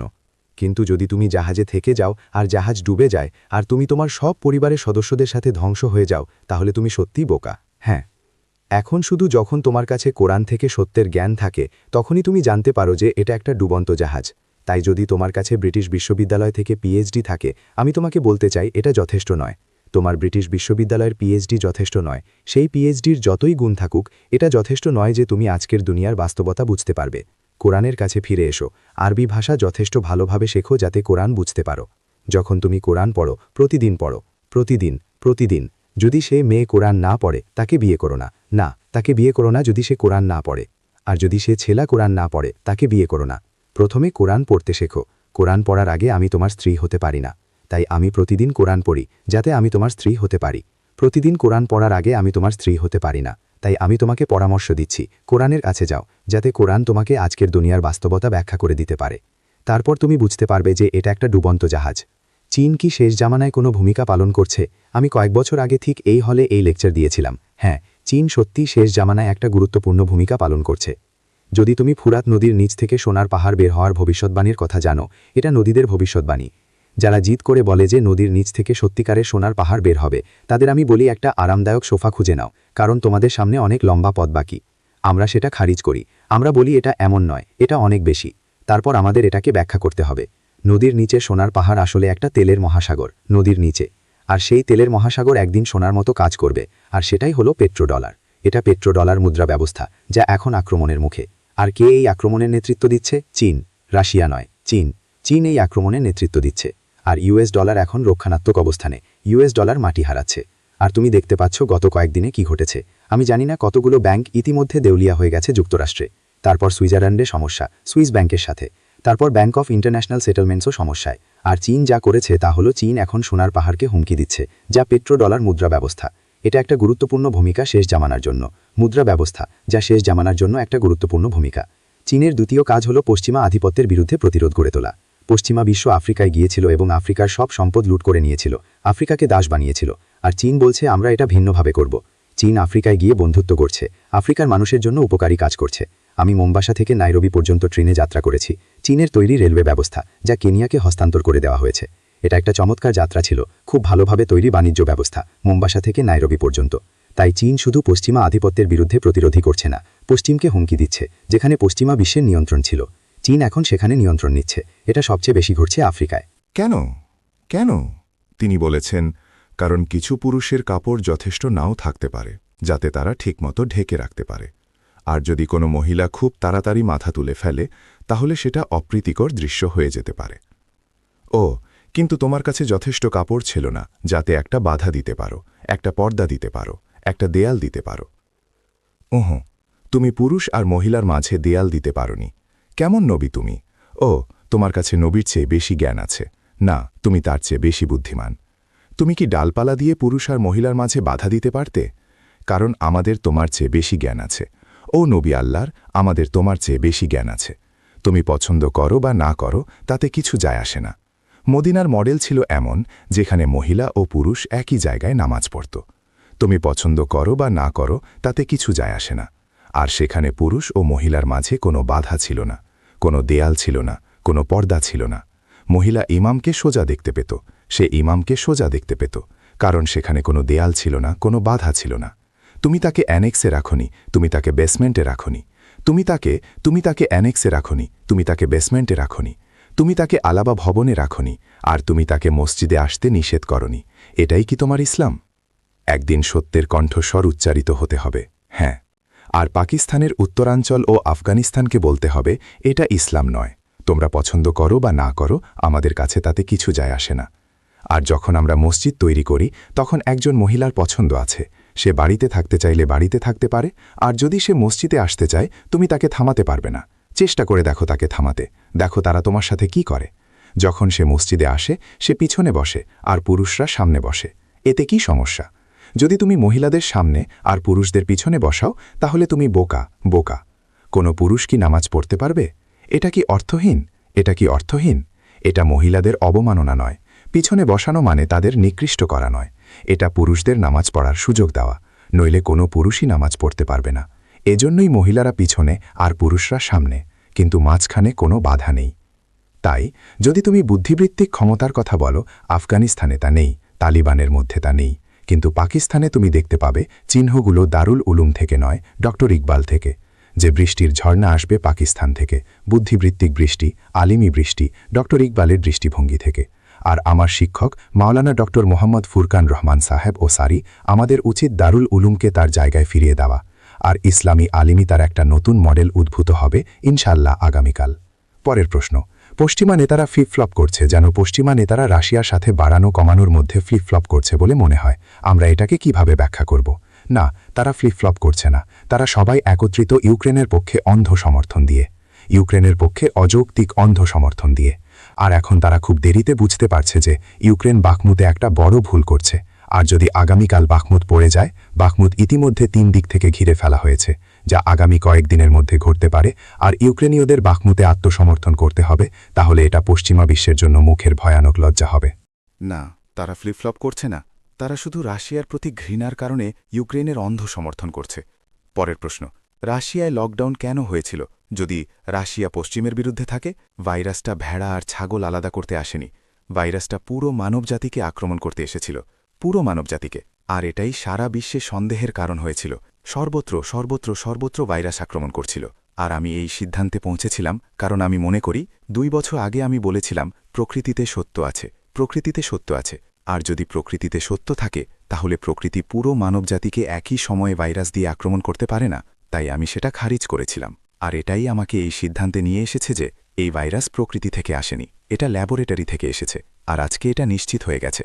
আর আমি বলেছিলাম যদি এই ভাইরাস ল্যাবরেটরি থেকে আসে তাহলে এটা জৈবিক যুদ্ধ, আর এটা সবচেয়ে বেশি চীনকে লক্ষ্য করেছে। না, কোনো দেশ এই ভাইরাসের দ্বারা চীনের চেয়ে বেশি লক্ষ্যবস্তু হয়নি, এটা ইরানকে লক্ষ্য করেছিল। ইরান খুব বড় বিপদে ছিল। এটা রাশিয়াকেও লক্ষ্য করেছিল, কিন্তু ইরান খুব বড় বিপদে ছিল। এটা রাশিয়াকেও লক্ষ্য করেছিল, কিন্তু চীন ও রাশিয়ানরা বেঁচে গিয়েছিল। হ্যাঁ, তারা বেঁচে গিয়েছে। আর তারা সারাক্ষণ সার্কাস চালিয়ে যেতে পারেনি, কারণ মানুষ বিরক্ত হয়ে যায়। হ্যাঁ, মানুষ বিরক্ত হয়ে যায়, তাই ভাইরাসকে কমাতে হয়েছিল। আর এখন আমরা কোভিড-2 দেখছি, আর এরপর কোভিড-3 আসবে, কারণ দাজ্জালের পায়ের ছাপ 3 ভাগে। আমি তোমাদের কুরআনের আয়াত উদ্ধৃত করেছি। তাই প্রথম কোভিডে তারা আমাদের পরীক্ষা করেছে, আর আমরা পরীক্ষায় ফেল করেছি। আল্লাহর রাসূল বলেছেন না, আল্লাহ বলেন রাসূলের আনুগত্য করো। আর আল্লাহর রাসূল বলেন কাঁধে কাঁধ মিলিয়ে দাঁড়াও, মাঝখানে কোনো ফাঁক রেখো না, কারণ যদি তুমি ফাঁক রাখো তাহলে শয়তান সেই ফাঁক দিয়ে ঢুকে পড়বে। তুমি উত্তর জানো, কিন্তু ভয় পাচ্ছ বলে বলছো না। তুমি ভয় পাচ্ছ বলে কথা বলছো না। তিনি বলেছেন যদি তুমি ফাঁক রাখো শয়তান সেই ফাঁক নিয়ে নেবে। তাই যখন কোভিড আসে তুমি কি আল্লাহ ও তার রাসূলের আনুগত্য করো নাকি ব্রিটিশ সরকারের আনুগত্য করো? এটাই প্রশ্ন। উত্তর, তোমাকে অবশ্যই আল্লাহ ও তার রাসূলের আনুগত্য করতে হবে। আর যদি প্রভু তোমাকে মসজিদে কাঁধে কাঁধ মিলিয়ে দাঁড়াতে না দেন তাহলে তুমি নামাজ স্থগিত করো। নিজেকে বোকা বানানোর চেয়ে তুমি নামাজ স্থগিত করো যতক্ষণ না বিধিনিষেধ তুলে নেওয়া হয়। কিন্তু তুমি আল্লাহ ও তার রাসূলের সাথে বিশ্বাসঘাতকতা করো না। কিছু লোক আমার কথা শুনবে আর বুঝবে হ্যাঁ আমরা ভুল করেছি, আর তারা তওবা করবে। আর যখন কোভিড-2 আসবে তারাও প্রতিরোধ করবে। তারা বলবে না, আমি যাব না, আমি মসজিদে যাব না, কোনো ভুয়া নামাজে যোগ দেব না। যেমন বানরের মতো 3 ফুট দূরে দূরে দাঁড়িয়ে আমি তা করব না। কিন্তু যে ইমাম প্রথমবার এটা করেছিল সে আবার করবে।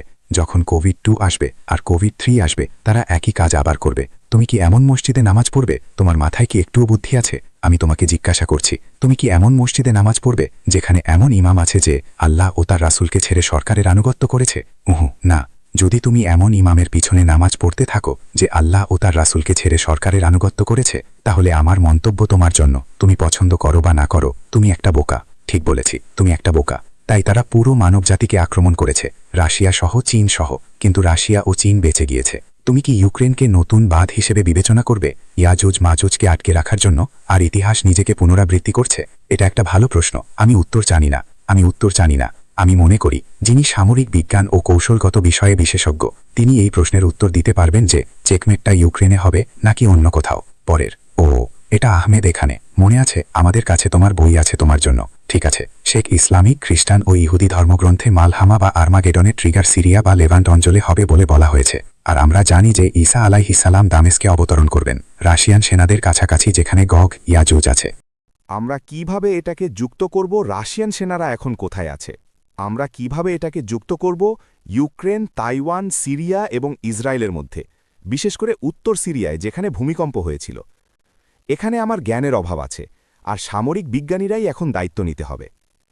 আমি কোনো মন্তব্য করতে পারি না যে ন্যাটো কি উত্তর সিরিয়ায় নতুন ফ্রন্ট খুলবে ইউক্রেনকে কিছুটা স্বস্তি দেওয়ার জন্য।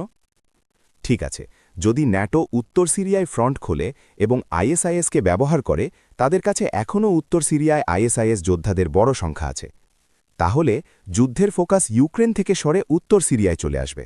একই যুদ্ধ, একই পক্ষ, ইউক্রেনকে শুধু গিনিপিগ হিসেবে ব্যবহার করা হচ্ছে। রাশিয়ানরা ব্যঙ্গ করে বলেছে যে ন্যাটো শেষ ইউক্রেনীয় পর্যন্ত রাশিয়ার সাথে লড়বে। তাই তোমার প্রশ্নের উত্তর আহমেদ, আমার জ্ঞানের অভাব আছে যে উত্তর সিরিয়ায় নতুন ফ্রন্ট খোলা যাবে কিনা, আর যুদ্ধের ফোকাস ইউক্রেন থেকে উত্তর সিরিয়ায় সরে যাবে কিনা। কিন্তু তুরস্কে যে ভূমিকম্প হয়েছিল, আমার কাছে সেই ক্ষমতা নেই যে নিশ্চিতভাবে বলতে পারি এটা প্রাকৃতিক ছিল নাকি কৃত্রিমভাবে তৈরি। কিন্তু দুটো জিনিস আমি খুব সন্দেহর চোখে দেখেছি। প্রথম নম্বর, ভূমিকম্পের সময়, নির্বাচনের মাত্র কয়েক মাস আগে, যেখানে তারা আশা করেছিল যে এটা রেজিম চেঞ্জ আনবে। একটা সরকার যে ন্যাটো লাইন মানতে অস্বীকার করছে রাশিয়ার ব্যাপারে, তাকে প্রতিস্থাপন করে আরেকটা তুর্কি সরকার আনা যাবে যা ন্যাটোর প্রতি বেশি বন্ধুত্বপূর্ণ হবে রাশিয়ার চেয়ে। আর দ্বিতীয় জিনিস যা আমি ভূমিকম্প নিয়ে খুব সন্দেহ করি তা হলো এটা ঘটেছে এমন সময়ে যখন তুর্কি লিরা ক্রমাগত আক্রমণের মুখে ছিল এবং মূল্য হারাচ্ছিল। মুদ্রাস্ফীতি ব্যবহার করে সরকারকে আরও অজনপ্রিয় করে তোলা হচ্ছিল। এটা আমি কখনো বুঝতে পারিনি, কারণ অক্সফোর্ডে তাকে কুরআন আর মুদ্রাস্ফীতির কথা শেখায়নি। পরের প্রশ্ন সূরা আল রুমে কুরআন দুটো বিজয়ের কথা বলেছে, প্রথমটা বাদ আগে আর দ্বিতীয়টা বাদ পরে।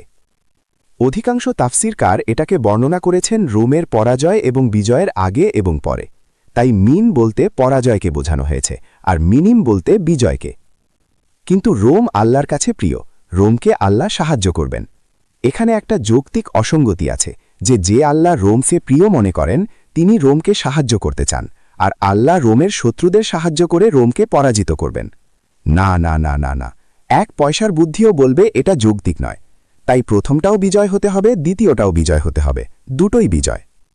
আর অধিকাংশ তাফসিরকার এটা মেনে নিয়েছেন যে দুটো বিজয় আছে, কিন্তু তারা যা দুঃখজনকভাবে করেছেন তা হলো তারা স্বীকার করেছেন যে প্রথম বিজয় ছিল রোমের বিজয়। অনেকেই বলেছেন দ্বিতীয় বিজয় রোমের বিজয় নয়, এটা ছিল দিসমা ইসলামী বিজয়, মক্কা বিজয়ের। আর আমার উত্তর হলো না, তোমরা ভুল, এটা একদমই সেই প্রসঙ্গ নয়। প্রসঙ্গ হলো দুটো বিজয়ের। প্রথমটা ইতিমধ্যে ঘটে গেছে আর দ্বিতীয়টা এখনও ঘটেনি। প্রথম বিজয়টা ইতিমধ্যে ঘটে গেছে আর দ্বিতীয়টা এখনও ঘটেনি। তুমি কি দ্রুত ব্যাখ্যা করতে পারো ঠিক কোন ব্যাখ্যাটা তুমি সুপারিশ করো? আমি কুরআনের কোনো তাফসির জানি না যেটা বলে যে দুটো বিজয়ই রোমের। আমি এটাকে এভাবে ব্যাখ্যা করেছি যে প্রথম বিজয় রোমের আর দ্বিতীয় বিজয়ও রোমের। প্রথমটা ইতিমধ্যে ঘটে গেছে আর দ্বিতীয়টা শীঘ্রই ঘটবে। ইয়াজুজ ও মাজুজ প্রাচীনকাল থেকে জুলকারনাইনের যুগ থেকেই মন্দ শক্তি হয়ে আছে, তবুও তারা সেই ইসরায়েলি জাতি হয়ে উঠেছে যারা কাঁদছিল যখন তার ছেলেকে বলি দেওয়া হচ্ছিল বলে মনে হয়েছিল। এটা অবাক করা বিষয়।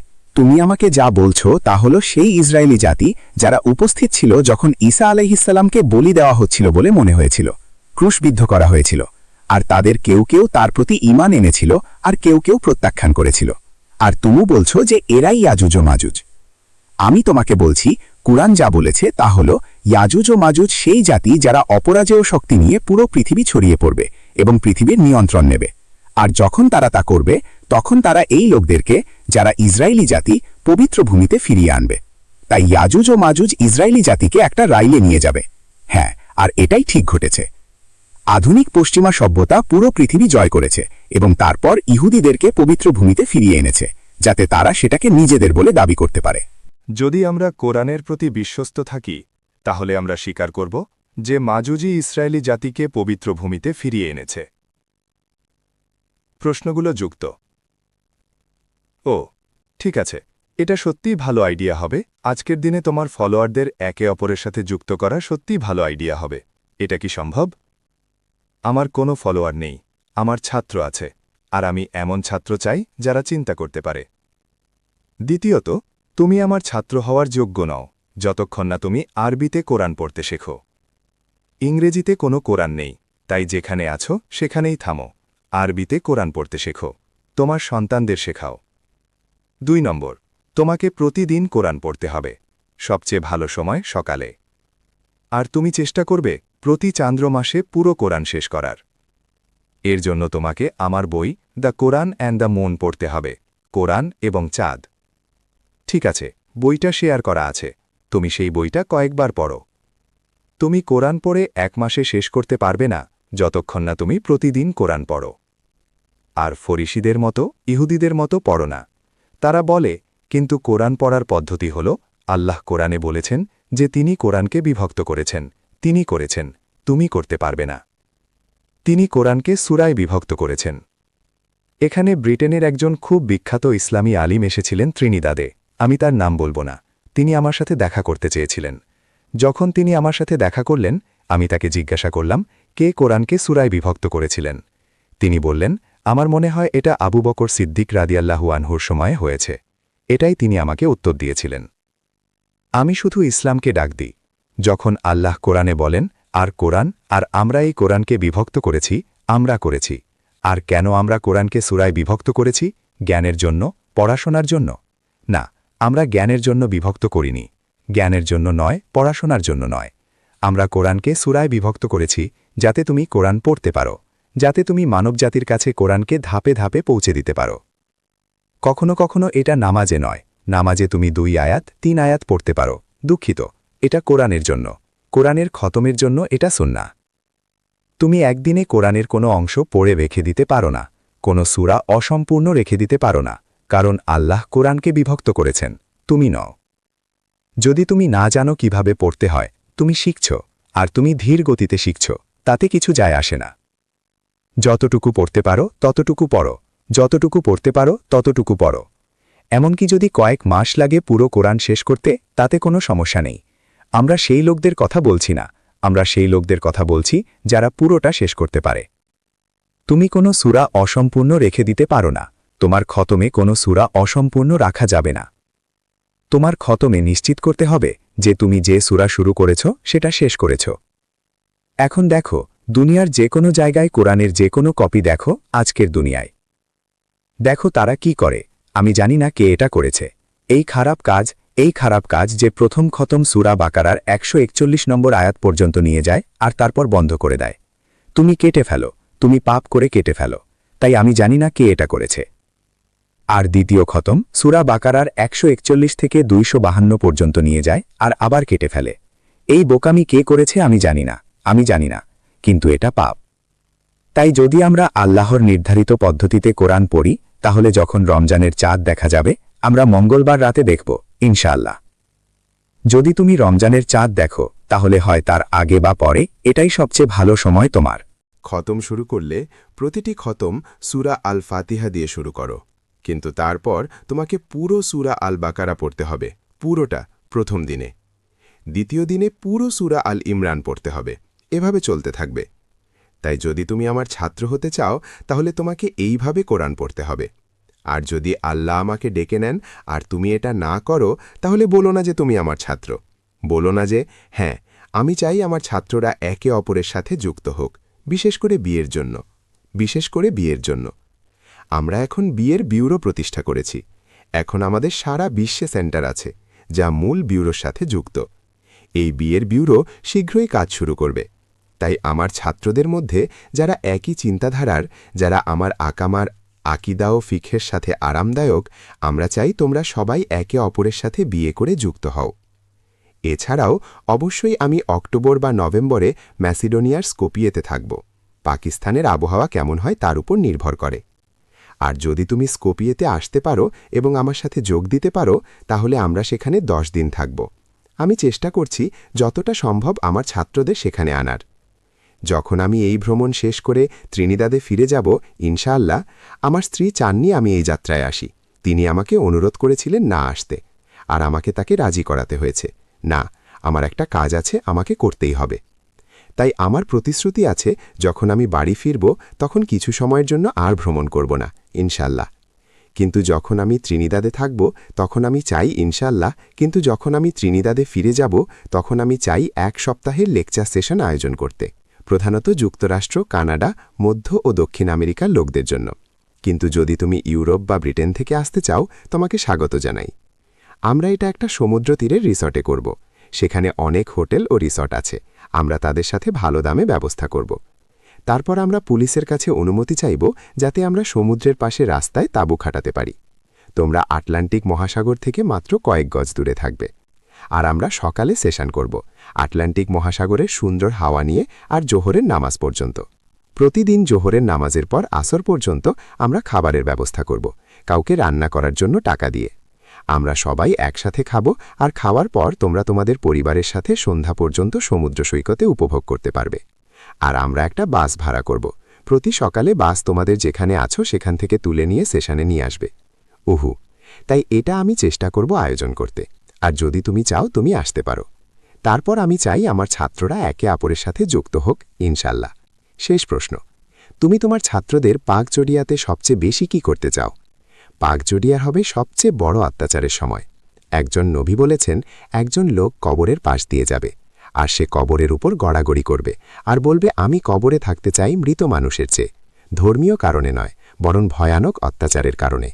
যদি তুমি ইসলামের আলিম হও, তাহলে আমি আশা করি তোমার পিঠ ইস্পাতের হবে, আর তুমি ঘোষণা করবে ইস্পাতের পিঠ থাকবে, আর তুমি সত্য ঘোষণা করবে পরিণতির ভয় ছাড়াই। শুধু তখনই তা আল্লাহর কাছে গ্রহণযোগ্য হবে। আমার মতো যারা আছেন তারা সেই যুবকদের মতো যারা সূরা আল কাহাফের গুহার যুবকদের মতো সত্য ঘোষণা করেছিলেন পরিণতির ভয় ছাড়াই।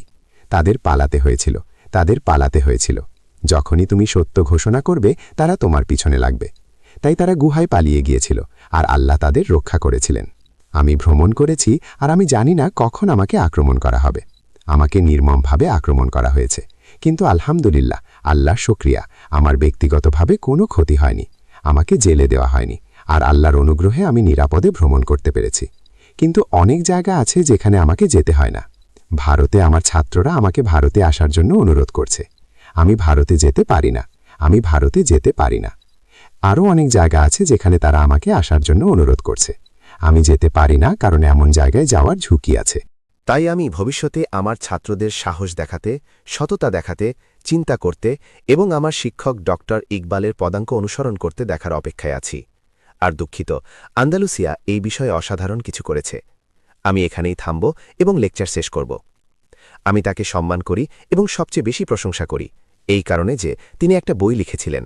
এটা ছিল তার লেকচারের সংকলন, আর তাকে বইয়ের জন্য একটা শিরোনাম বেছে নিতে হয়েছিল।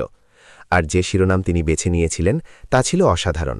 তিনি একে বলেছিলেন the reconstruction of religious thought in Islam. Lecture শেষ করছি। আমি তাকে সম্মান করি এবং সবচেয়ে বেশি প্রশংসা করি এই কারণে যে তিনি একটা বই লিখেছিলেন। এটা ছিল তার লেকচারের একটা সংকলন, আর তাকে বইয়ের জন্য একটা শিরোনাম বেছে নিতে হয়েছিল। আর যে শিরোনাম তিনি বেছে নিয়েছিলেন তা ছিল অসাধারণ। তিনি একে বলেছিলেন the reconstruction of religious thought in Islam. তিনি যা বলতে চেয়েছিলেন সেই শিরোনাম দিয়ে তা হল বর্তমান ইসলামী আলিমি জগৎ যা বলছে, আর আমি একটা নতুন ইসলামী আলিমি জগৎ গড়ে তোলার আহ্বান করছি। এটাই তিনি আহ্বান করেছিলেন। কেউ এই আহ্বানের চেয়ে বেশি উত্তর দেননি আমার শিক্ষকের চেয়ে, যিনি মাওলানা এবং সাইয়েদের ছাত্র ছিলেন। আর তার বই 2 খণ্ডে আছে, নিচতলায় the Quranic foundations and structure of Muslim society.